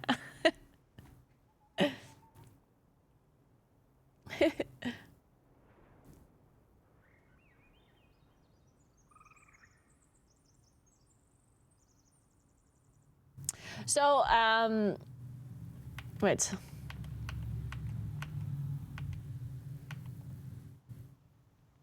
So the thing with the totem doesn't work anymore, the wrath eye thing. Interesting, okay. So you can't do thing anymore. What is it called? The messing up order of spell thing with the War Scourges. There we go. That's the name of them. War Scourge. No spell key, okay. Yeah, so the Frost Mage must do some insane work if they can do these totems with a Aug Evoker that is basically useless.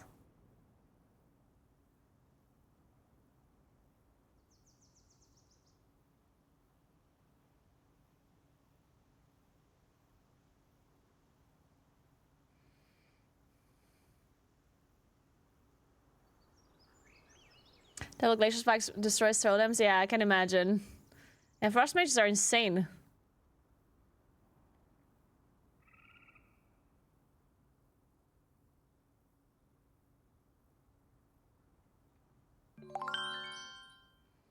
Hey, Icy, thank you so much for 18 months. What's up? How are you doing?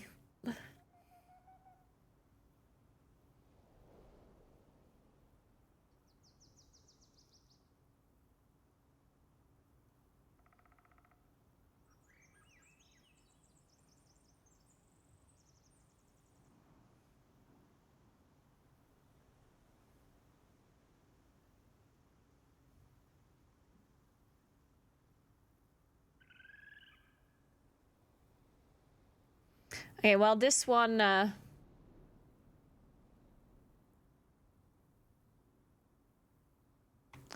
this one is all about, like, can you kill the totems or not, I guess.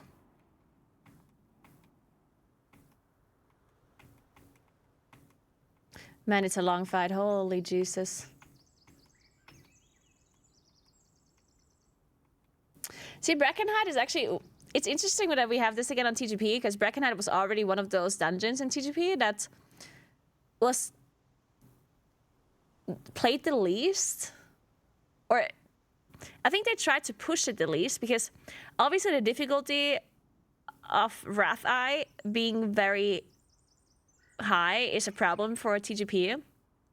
Because then you're spending so much time in it. It's also a long dungeon. So you're spending so much time in a dungeon to then maybe just deplete it in the last boss, right? Which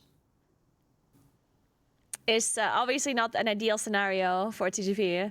You would rather do the dungeons that have the difficulty at the start of the dungeon rather than the end, because otherwise you're wasting a lot of time if you don't make it.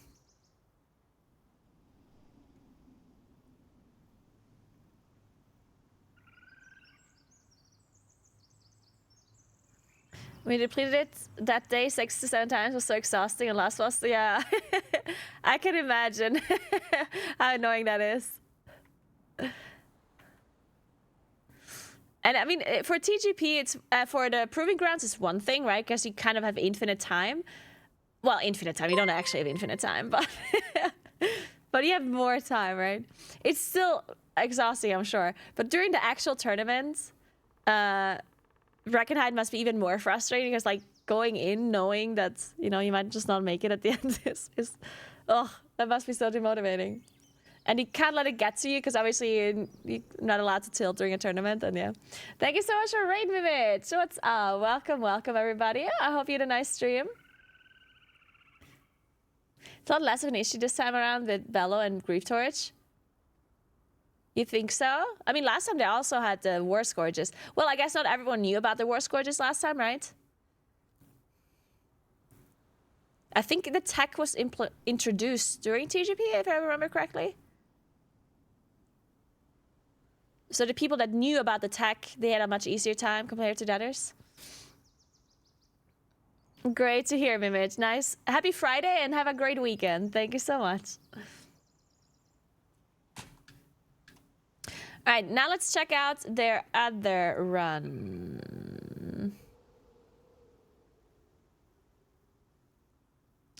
Do you remember when your best... Wait, what was the other engine? Do you remember your best Ruby run, Jisoo? Do you remember what it was? So we can give it... We can check it out. We can analyze it. Oh wait, that was the wrong button I just pressed.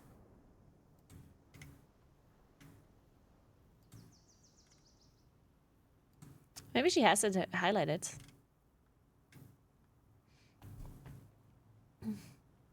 Hey, Cora. Hey, Vitamin, what's up? Missed count and pedals per hour, seem pretty solid. Yeah, I think my prediction... Wait, what was my prediction? I predicted Mandatory to win.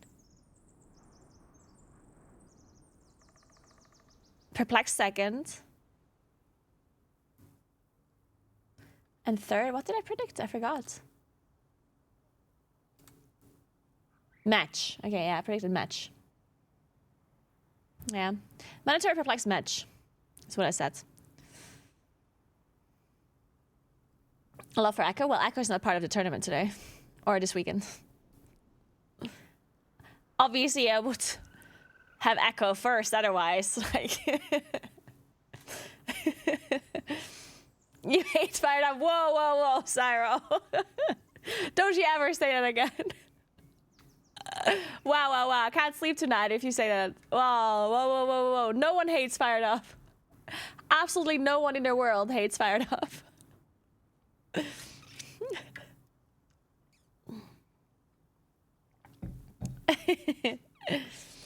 It's 3 per group that make it to the finals because we only have 2 groups. Oh wait, June 24th is when they had the Ruby. So it was in the same day? Oh, nice. Let's see when they did Ruby then. Oh, they're already here, so they must have been pretty quick.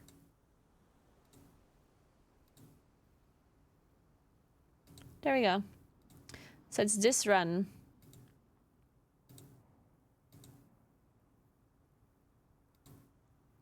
Okay, let's see what they do in Ruby. So Ruby is fortified, storming, bursting. That seems really easy.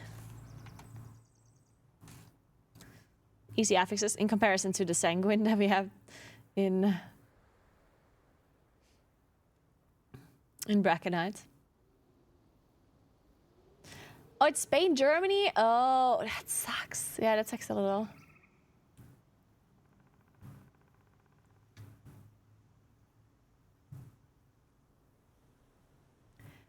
Man, people always say that Echo has, or when I say Echo, I mean the team, the dungeon team, the TGP team.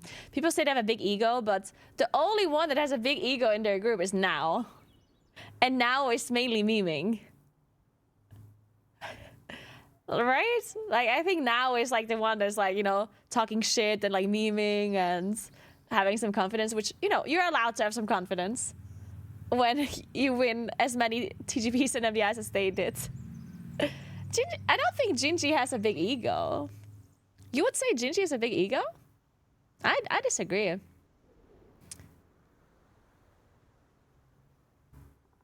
I don't think that's true.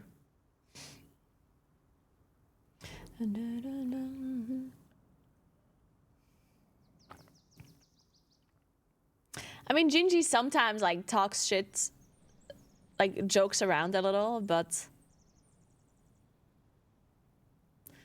I don't think that Gingy thinks he's the best player in the world or something, or that they're the best team in the world. I mean, he probably thinks that, but like in a like not cocky way, you know what I mean? I mean, it would be weird if he doesn't think if he doesn't think that when they are. Yeah, he doesn't handle losing well, but not. Like, I agree that he doesn't handle losing well, but like he beats himself up for it, right? I don't think it happens very often that Gingy like sits there when they played badly and just like, oh, well, we only lost because this other team did this or whatever. He also talks shit and apologizes on Twitter. Yeah, but that doesn't mean like that. We're talking about ego in particular here. I'm not talking about anything else. When someone says they have a big ego, then to me that's usually people that aren't as good as they think they are, and they're like being super cocky about it. And I wouldn't consider Gingy to be a person like that.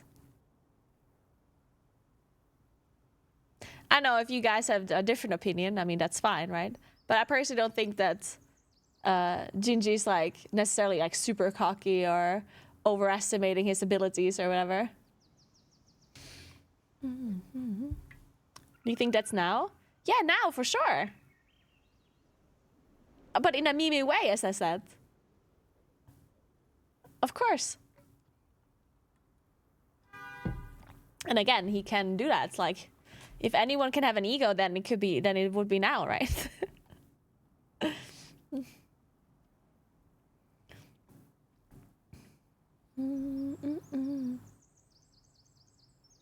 Name a top player that has an ego.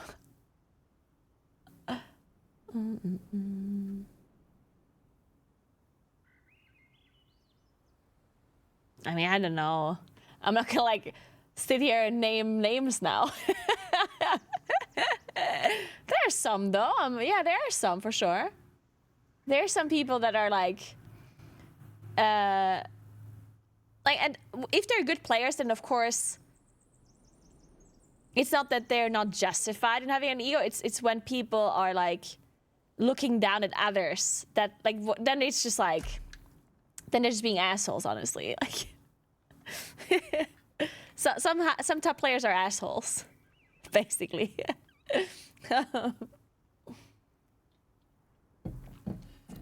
Kind of have to have an ego to be on top. A little, maybe, yeah. You don't have to be an ass about it. Yeah, exactly. Like you can believe in your abilities, but you don't have to be an ass about it, right? Yeah. Like, if you look at Miris, for example, I personally think Miris is an insane player, right? But it's not like Miris goes around and keeps talking about how good he is and how bad other people are or something, like, right? But I'm sure Miris knows that he's a good player, right? Like, I'm sure he's aware. He's not gonna go to bed every day thinking he's bad at the game. Probably. Hello, Stove. What's up? Stove, for example, will be one of those people that has an insane ego. Has to really tone it down. Stove, you ready? You gonna win? Also, Stove, I know that he messaged me on Discord. I'm not ghosting you. I swear I'm not. I swear I'm gonna answer you. I just have so many things that I have to go through. I'm a little bit stressed out and I didn't get to you yet, but I will answer you. So I'm sure I swear. I swear I'm not ghosting.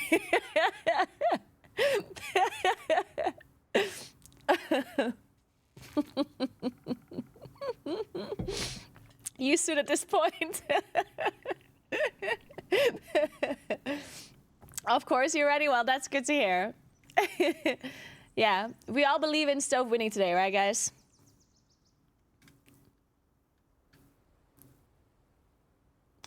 And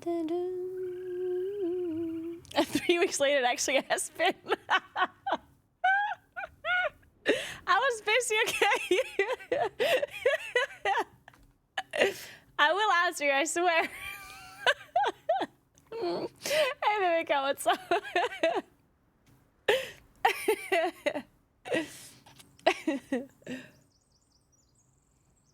Anyway, let's finish watching this Ruby run.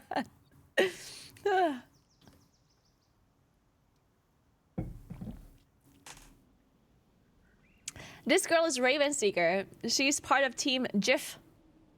They qualified for TGP. They're not playing this week though, right?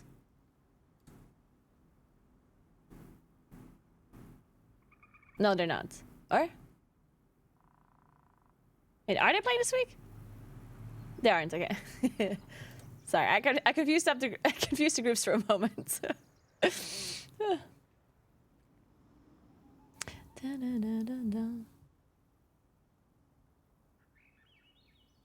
Notice she's not giving a time frame for the response. Don't worry, it will happen eventually, okay? Patience is a virtue.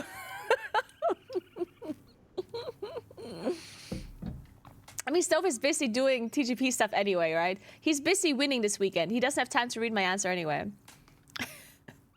And I'm busy yapping about them playing dungeons, so. We will reevaluate next week. And tardiness is a sin. Wow. I'm sitting a lot. And like, I swear, I'm late a lot. And I know that it really sucks, because if people have to wait for you, like, that does suck. But I just don't know what it is. It's not that I want to be late or that I'm doing it on purpose. I just have the absolute worst time management possible. And every time, like, I'm aware of the fact that I cannot do time management. Like, I'm fully aware of it. So I always make an estimation of how long something will take in my mind, and then I'm adding time to it because I know I'm bad at estimating time, and then I'm still not able to do it within that time frame. Like, when in my mind I'm like, oh, this is probably going to take me 2 hours. Then in my mind I'm like, oh, I'm bad at estimating time. It's probably going to take me 3 hours. And then I'm estimating 3 hours, but then I'm still not making it 3 hours. I think it partially has to do with the fact that I'm adding time, and then I think I can do it slower. I think that might be it. Where I'm like, oh, this is going to take me 2 hours. But then, you know, let's be safe and do it in 3. And then when I'm doing the thing that I need to do, I'm like, oh, I can just be slow because I took like an extra hour to be sure. So maybe I just do it slower then because of that. I don't fucking know.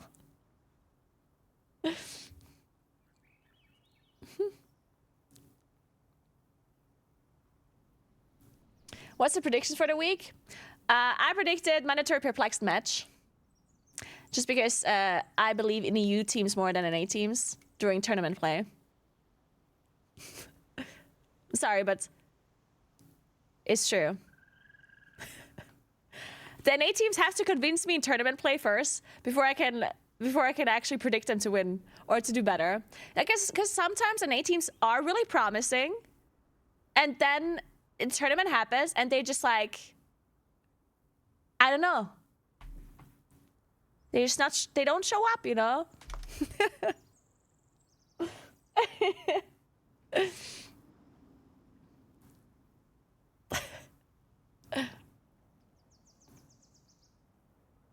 Maybe you're bad at adding time. Add more time.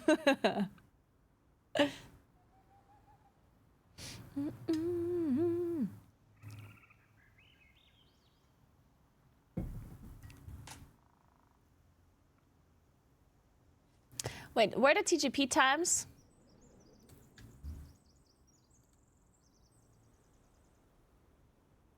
(26:23), 26:53. 29. Okay, not like the time matters for... Wait, does the time... No, the time does matter for the qualifier. But I guess the qualifier doesn't really, like, whatever. Yeah, because one thing about TGP Proving Grounds is that the seeding that you get is actually not really relevant. Like, a lot of people are like, oh, Echo is third. But like, it really just doesn't matter that much. Because once you're in the tournament, the seeding is irrelevant. It matters who you get grouped with, but even that is not as relevant, right? Because if Echo would be first or second, they would have a very similar group to then being third, if not like the same. So it's kind of irrelevant to get seeding. I mean, you probably don't want to be like super low seeded if you're a good group, because otherwise you get better teams, right? But even then, it's whatever. TGP is TGP. Like, you have to just get top 3 to qualify for the global. And yeah, I don't know. That's why sometimes the seeding is, or the TGP Proving Grounds seemed like some teams didn't put as much effort in. But yeah, that doesn't necessarily mean that much. Perplexed, for example, is 9th. Could mean that they don't play that much. Like, I guess the Proving Grounds still are practice, though. Like, you still want to practice for the tournament, right? But you can also just do that later, so, like, I don't know.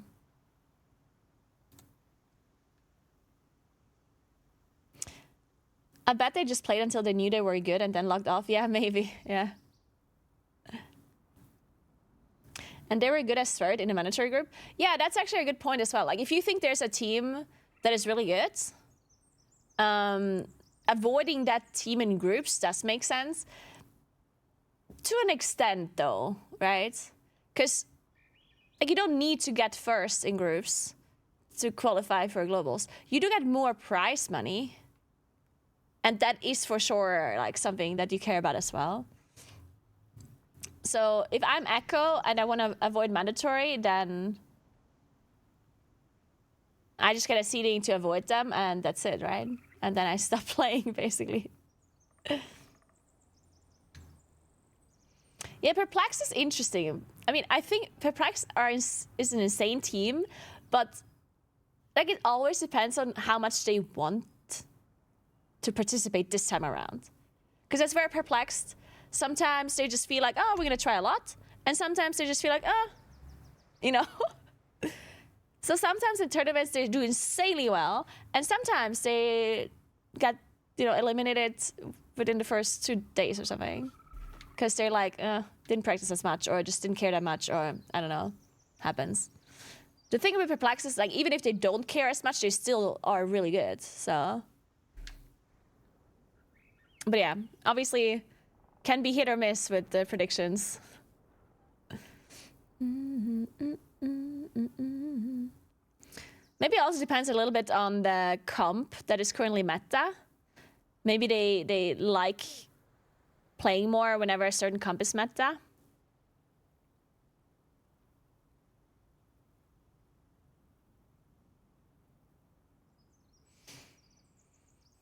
Sometimes maybe good, sometimes maybe shit.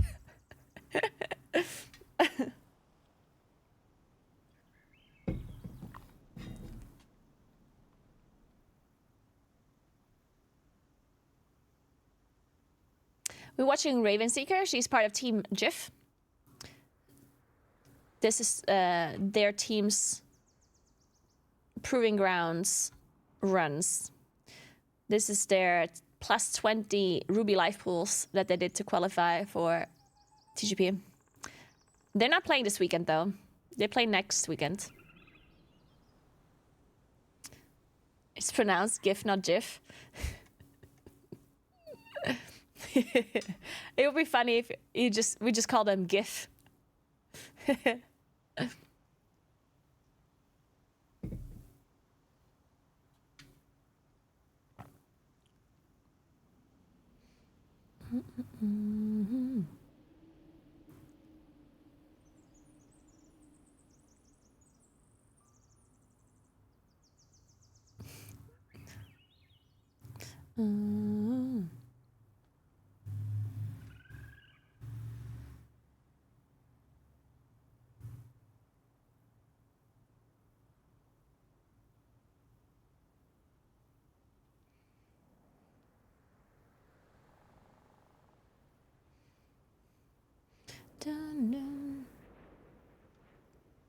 Yeah, monkey.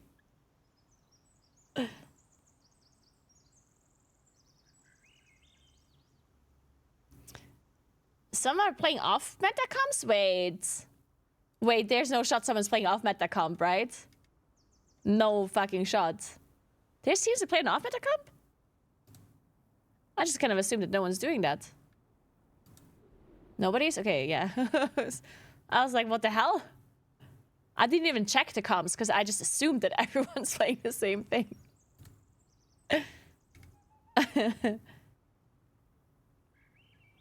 Oh, live keys. Ah, yeah. Yeah, you guys are watching me watching a stream. Well, actually, before I have to leave, let's watch this. Time for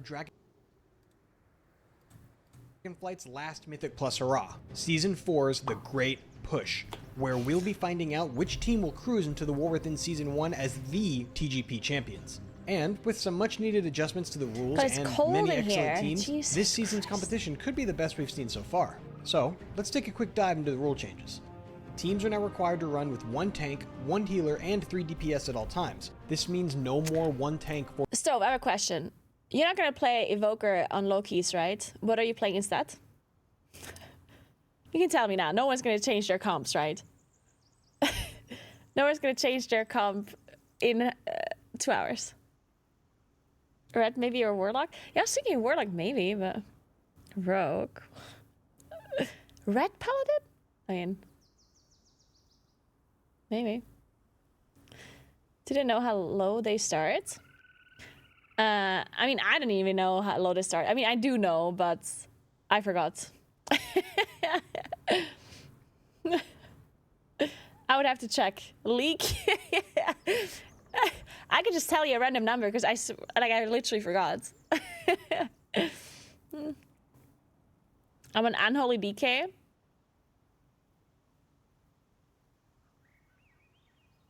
True, unholy DK is a thing as well. Is this true now, or is he, I don't know. Is Stove saying the truth or not? I know it would make sense. Maybe. I could see unholy DK, right? I mean, guess we have to wait and find out.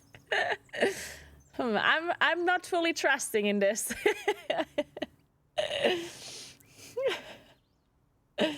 Hey Staffix, what's up? Maybe Frostmage SP Red or something? 4 DPS runs. We'd be willing to bet healers are happy about this one. Instead of starting with 4 dungeons, now MDI routes up until 20. That depends how low the key is, right? Because if the key isn't like super low, then maybe you can still just run your comp and get the same. Because that's what it depends, right?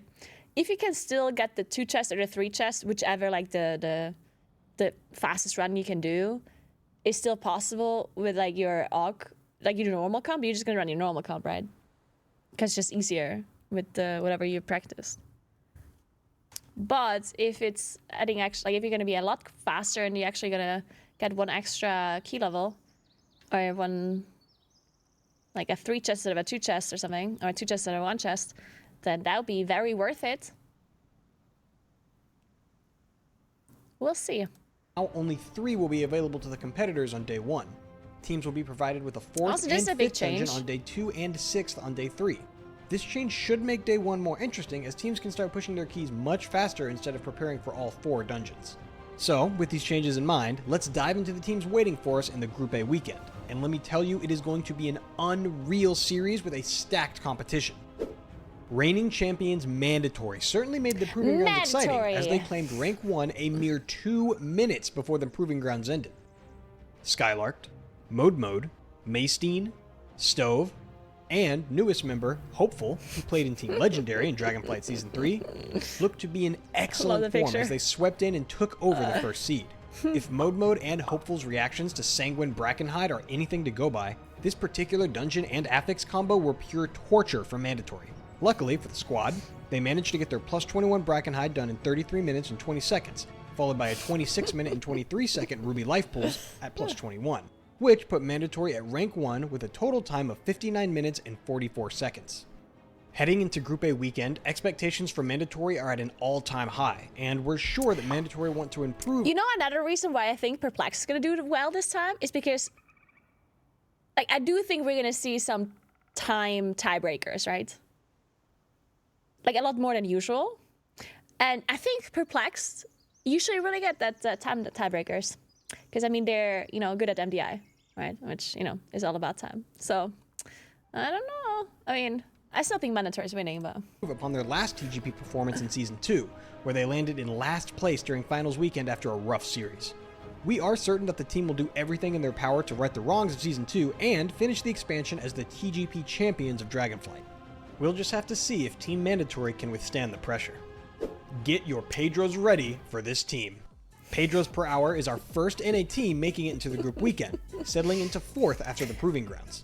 This group brings us some big names and a huge comeback. After taking a break since Shadowlands Season 2, we finally see I'm Fired Up back in the chair. Let's go! He teams up with Yoda, fondly known as the Mythic Plus guy, who formerly played in Does the Bear Stream, Sanghelios, a raider in Liquid, Drogo, who played in The Last Hope in Season 3, and EU Edition and MDI champion, Crims, who you might recognize as a Team Mandatory alum. As a newly formed team, the Pedros showed some major promise during the Proving Grounds and were able to achieve a plus 21 Brackenhide in 34 minutes and 9 seconds, as well as they do have a really good team. I mean, it's very possible that Pedros qualify, right? I don't know. I just had to stick to my EU prediction. I mean, they are probably going to qualify, though. Let's be honest here. I mean, they're fucking plus good. 21 Ruby Life Pools in 28 minutes and 5 seconds, making for a total time of 1 hour, 2 minutes, and 14 seconds. 2 minutes and 30 seconds behind Rank 1 team Mandatory. The Raccoon squad will be baptized by fire as they are in Group A, which is stacked with teams who not only are looking for a ticket to global finals, but absolutely have the ability to take it. We're looking forward to seeing this squad launch into the competition, and we are so ready to spam Pedros in chat. Next up is the EU team Madge, and we hope they won't have any reason to live up to their name this season. Earning a respectable 5th place in the Proving Grounds, Lamike, Dr. J, Soda, Shele, and Roybin seem to be ready for the group stage. Madge played in Dragonflight Season 3 under the name Dogs, where they came in last in the global finals after losing 0-2 versus Bald Bandits and again 0-2 versus Team Eclipse. This time around, the squad comes to us with one roster swap as they exchange Velo for Roybin in the healing position. With a 34-minute and 41-second Brackenhide and a 27-minute and 59-second Ruby Life Pools, they finished TGP's first hurdle on a total time of 1 hour, 2 minutes, and 41 seconds, which is 2 minutes and 57 seconds behind Rank 1.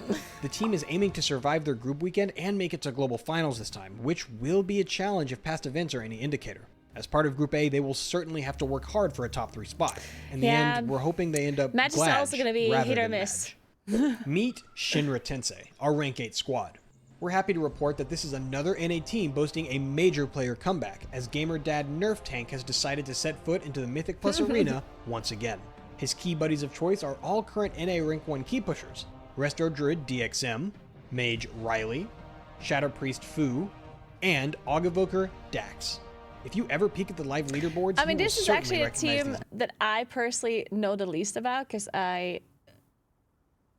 obviously I'm not an NA player, and I'm not somebody that really follows like the ladder, live key ladder. I mean, obviously no Nerf, but all the other people. Names. With a 34-minute and 39-second Brackenhide and a 29-minute and 5-second Ruby Life Pools, the squad managed to gather a total time of 1 hour, 3 minutes, and 44 seconds, and a spot in the Group A weekend, where they will have to outperform some big names like Mandatory and Perplexed. Faced with a challenging task such as taking on this impressive group of teams, Shinra Tensei will have to give it their all to avoid an early elimination and move forward not only in their group weekend, but also into global finals. Is that true? Up next, Perplexed is Group A's ultimate veteran team. This European squad, who came in third in Season 2's TGP Global Finals just behind Echo and NA's Last Hope, finished this season's Proving Grounds with a decent, but a little surprising, rank 9. Divine Field, Ashine, Sisevi, Swag, and Wolf Disco have been known to show off during the time trials and Proving Grounds, cementing themselves as real contenders in the competition. This time around, however, the team seems to have taken a much more chill approach. I think it's very, I think Perplexed is just very interesting, right? Because they kind of stick together for, they're together for so long, right? But none of the players are people that stream a lot, or that are in socials a lot, or that even say a lot. They're just they do their thing. I love them. They're just we're just gonna participate and we're gonna do our thing, and that's it. We're not gonna yap around or do anything. We're just the fourth fastest Brackenhide, completed in 33 minutes and 56 seconds, Perplexed was looking quite strong, but they lost a lot of time in the Ruby Life Pools, which they finished in 29 minutes and 49 seconds. Way too close to being depleted, ending up 1 second behind Shinra Tensei with a total time of 1 hour, 3 minutes, and 45 seconds. If Perplexed can show up with the explosive performance that we know they're capable of, they should be able to comfortably claim a ticket into the global finals. The only team that made it into the top 12 with a 39 score is the EU team Exposed. Now, if you're familiar with the Race to World First scene, you might recognize this name, as this Czech guild barely missed securing a world top 10 finish in a Madrasil, finishing 11th. Kojo, Hans, Lost, Mad, and Yont stepped out of the raid group in Season 4 and fought hard to earn that final spot in the group weekend stage. With a 30-minute and 40-second Brackenhide and a 28-minute and 25-second Ruby Life Pools, this squad collected a total time of 59 minutes and 6 seconds. But they ended 2 key levels behind the top 19s in Brackenhide and 1 key level But behind Hans is on a cool Ruby Life name, Pools so for a total of 3 full I'm a Hans points behind fan. their competitors. With such a difficult start to their TGP journey, Exposed probably hate to see themselves landing in Group A, as this group is filled with 5 did absolute play a couple banger of dances teams with who will all Yond be in a fighting different hard season. for a ticket to global Yeah, I finals. feel like I remember. Exposed itself like, is a very the name secretive was team, so somewhat not much is familiar. known about them other than the fact that they formed last season, with the exception of Yont, who tanked for But last the amount of moment in dances season I played 2. with people This is the is, first like, TGP incredible. for Exposed. So Their ultimate it's goal this like- season is to gain some I experience just and don't go as remember. far as possible. But we also know that anything can happen during the Great Push, and we're excited to find out if this enigmatic group has any tricks up their sleeve. And that's it for our 6 teams for Group A. We have got Alright, a well- stacked show this weekend. So what are your predictions, guys? Top 3. Quick. Top 3. I predicted mandatory perplex. So mandatory first, perplex second. And then I had match. But petros per hour, I think petros per hour might qualify instead of match. I think, maybe, I don't know. Also, perplex is also like hit or miss. You know, perplex, maybe they just didn't feel like it. Maybe they just didn't, was like, it's like, I don't care. Who knows? Echo, yeah, I think Echo is going to win Group A, actually. I think Echo is going to come from Group B. They're going to join Group A, and they're just going to win that group as well. They're going to win both of the groups. Yeah, there's prize money.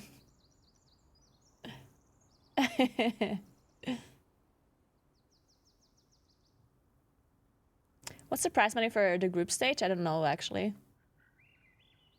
Echo wins all of the groups, yeah. Does it say on TGP? On Radar, I mean? Prices. There. Group stage. 9K versus 8K for group stage. Well, I mean, that's kind of whatever, yeah. See, this is what I mean. You don't have to get first. Like, it's $1,000 difference divided by 5 people. Maybe if you have if a 6 person, then you have to divide it by 6. Like, I don't know. Like, second is good enough, yeah. Now, in the final, though, it's 80K versus 40K. Like, that's a big difference. Of course, the final, you do want to win, yeah. But winning the group stage, not that big of a deal, honestly. Getting second over third, bigger difference. Right? 2K difference there. But yeah, second or first in group stage is probably whatever. Yeah, it's kind of whatever.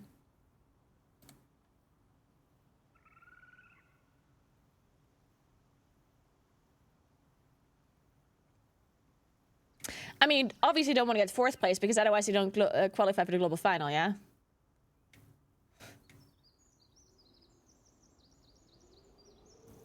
Obviously.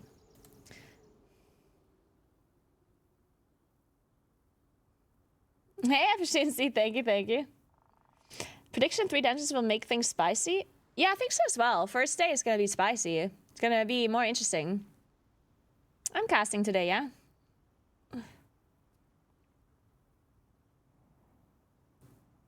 Yeah, if a team makes a bigger mistake where they deplete... Even, it's not just depleting a key, but also just not getting a 3 chest or a 2 chest on like the lower key levels. That could be a big deal as well. Today, it's the usual people that cast. It's Doa hosting, Dretnos, Teddles, Sirenai. Makes is also casting, but I think she's not here this weekend. Or is she here this weekend and just not at the start? That's also possible. Because she did say something 2 days ago that made me believe she's not here this weekend, but maybe she's just not at the start. Only for final, okay. Yeah, Makes only for final. She's casting TF2 right now? Okay.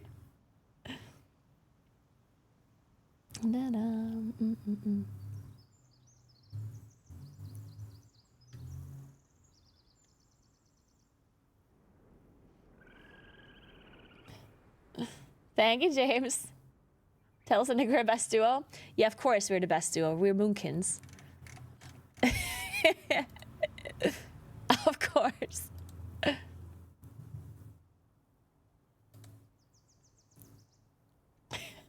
Poor Moonkins, honestly, yeah. Finally, we're allowed to complain a little bit, I think. considering our current state. Now we're allowed to complain. That picture on the radio casting page is so pretty. There's a picture of me? Where is it? Radio casting page.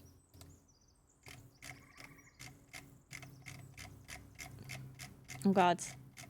Where is it? So we're all the way down here?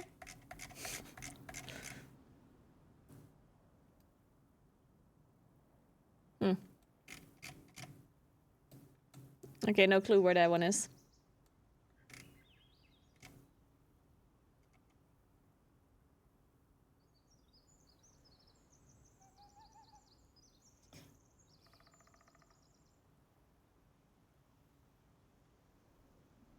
Mookings complain no matter what. Hey, this is a lie. This is an actual lie, and I will not tolerate it.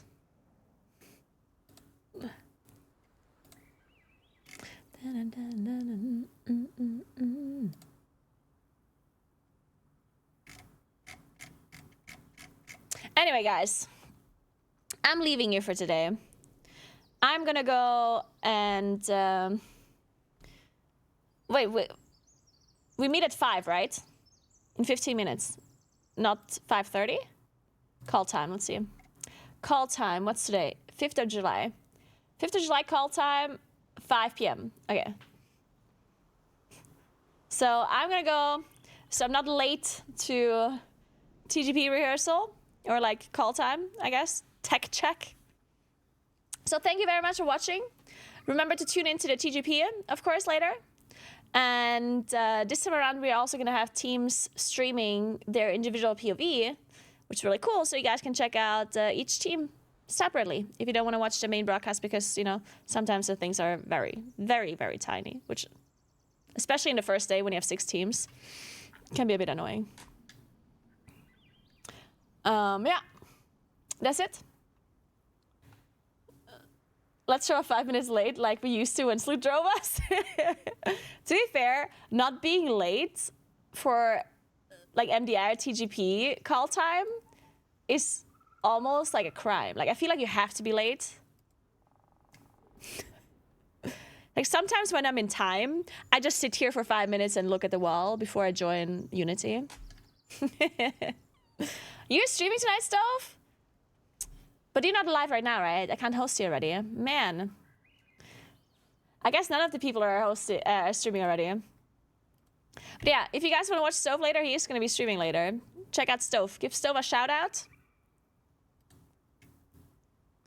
Is anyone of the TGP streamers already live? I assume not. Yeah, but it doesn't make sense. They're probably practicing. They don't want to like show anything yet. Well, then who are we hosting?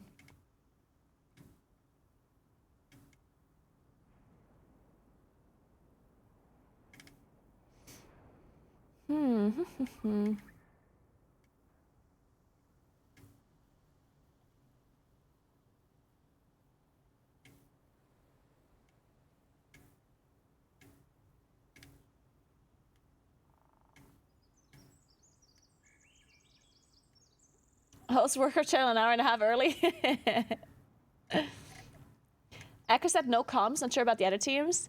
No comms does make sense. Yeah, I think it makes sense that they wouldn't stream their comms, because comms give away a lot more than just.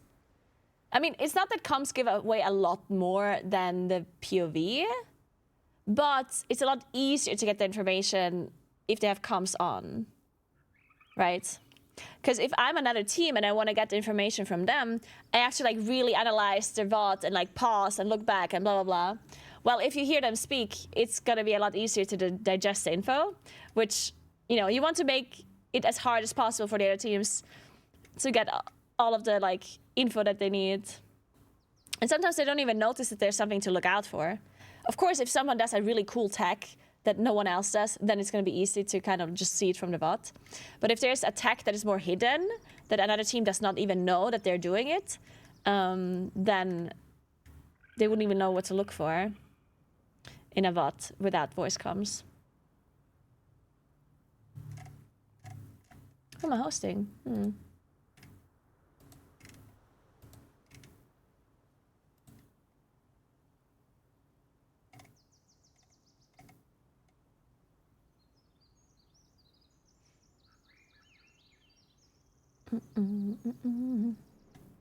we're only listening to TikTok songs today.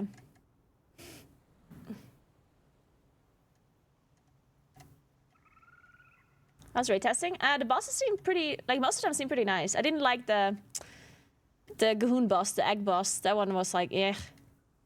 But all the other bosses seem fine. They seem pretty nice.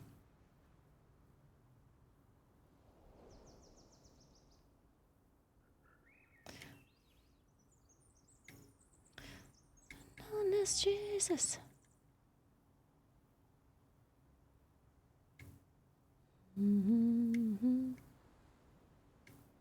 Dude, at least I'm hosting. Who am I hosting? Let's host Candlet.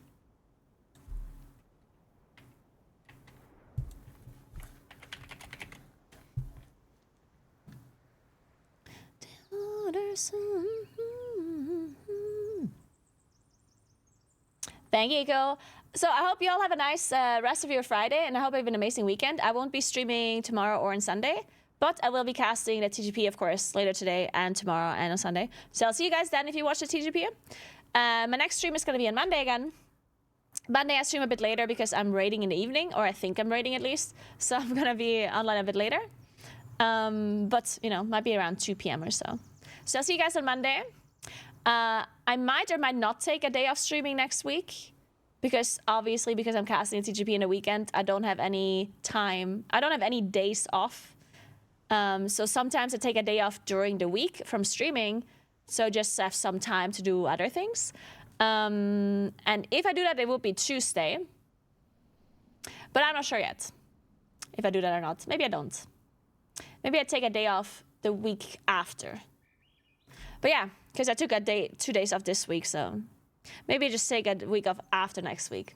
But yeah, thanks for watching. You're the best as always. Remember to follow my stream if you haven't yet. Check out my Instagram, my YouTube, my TikTok.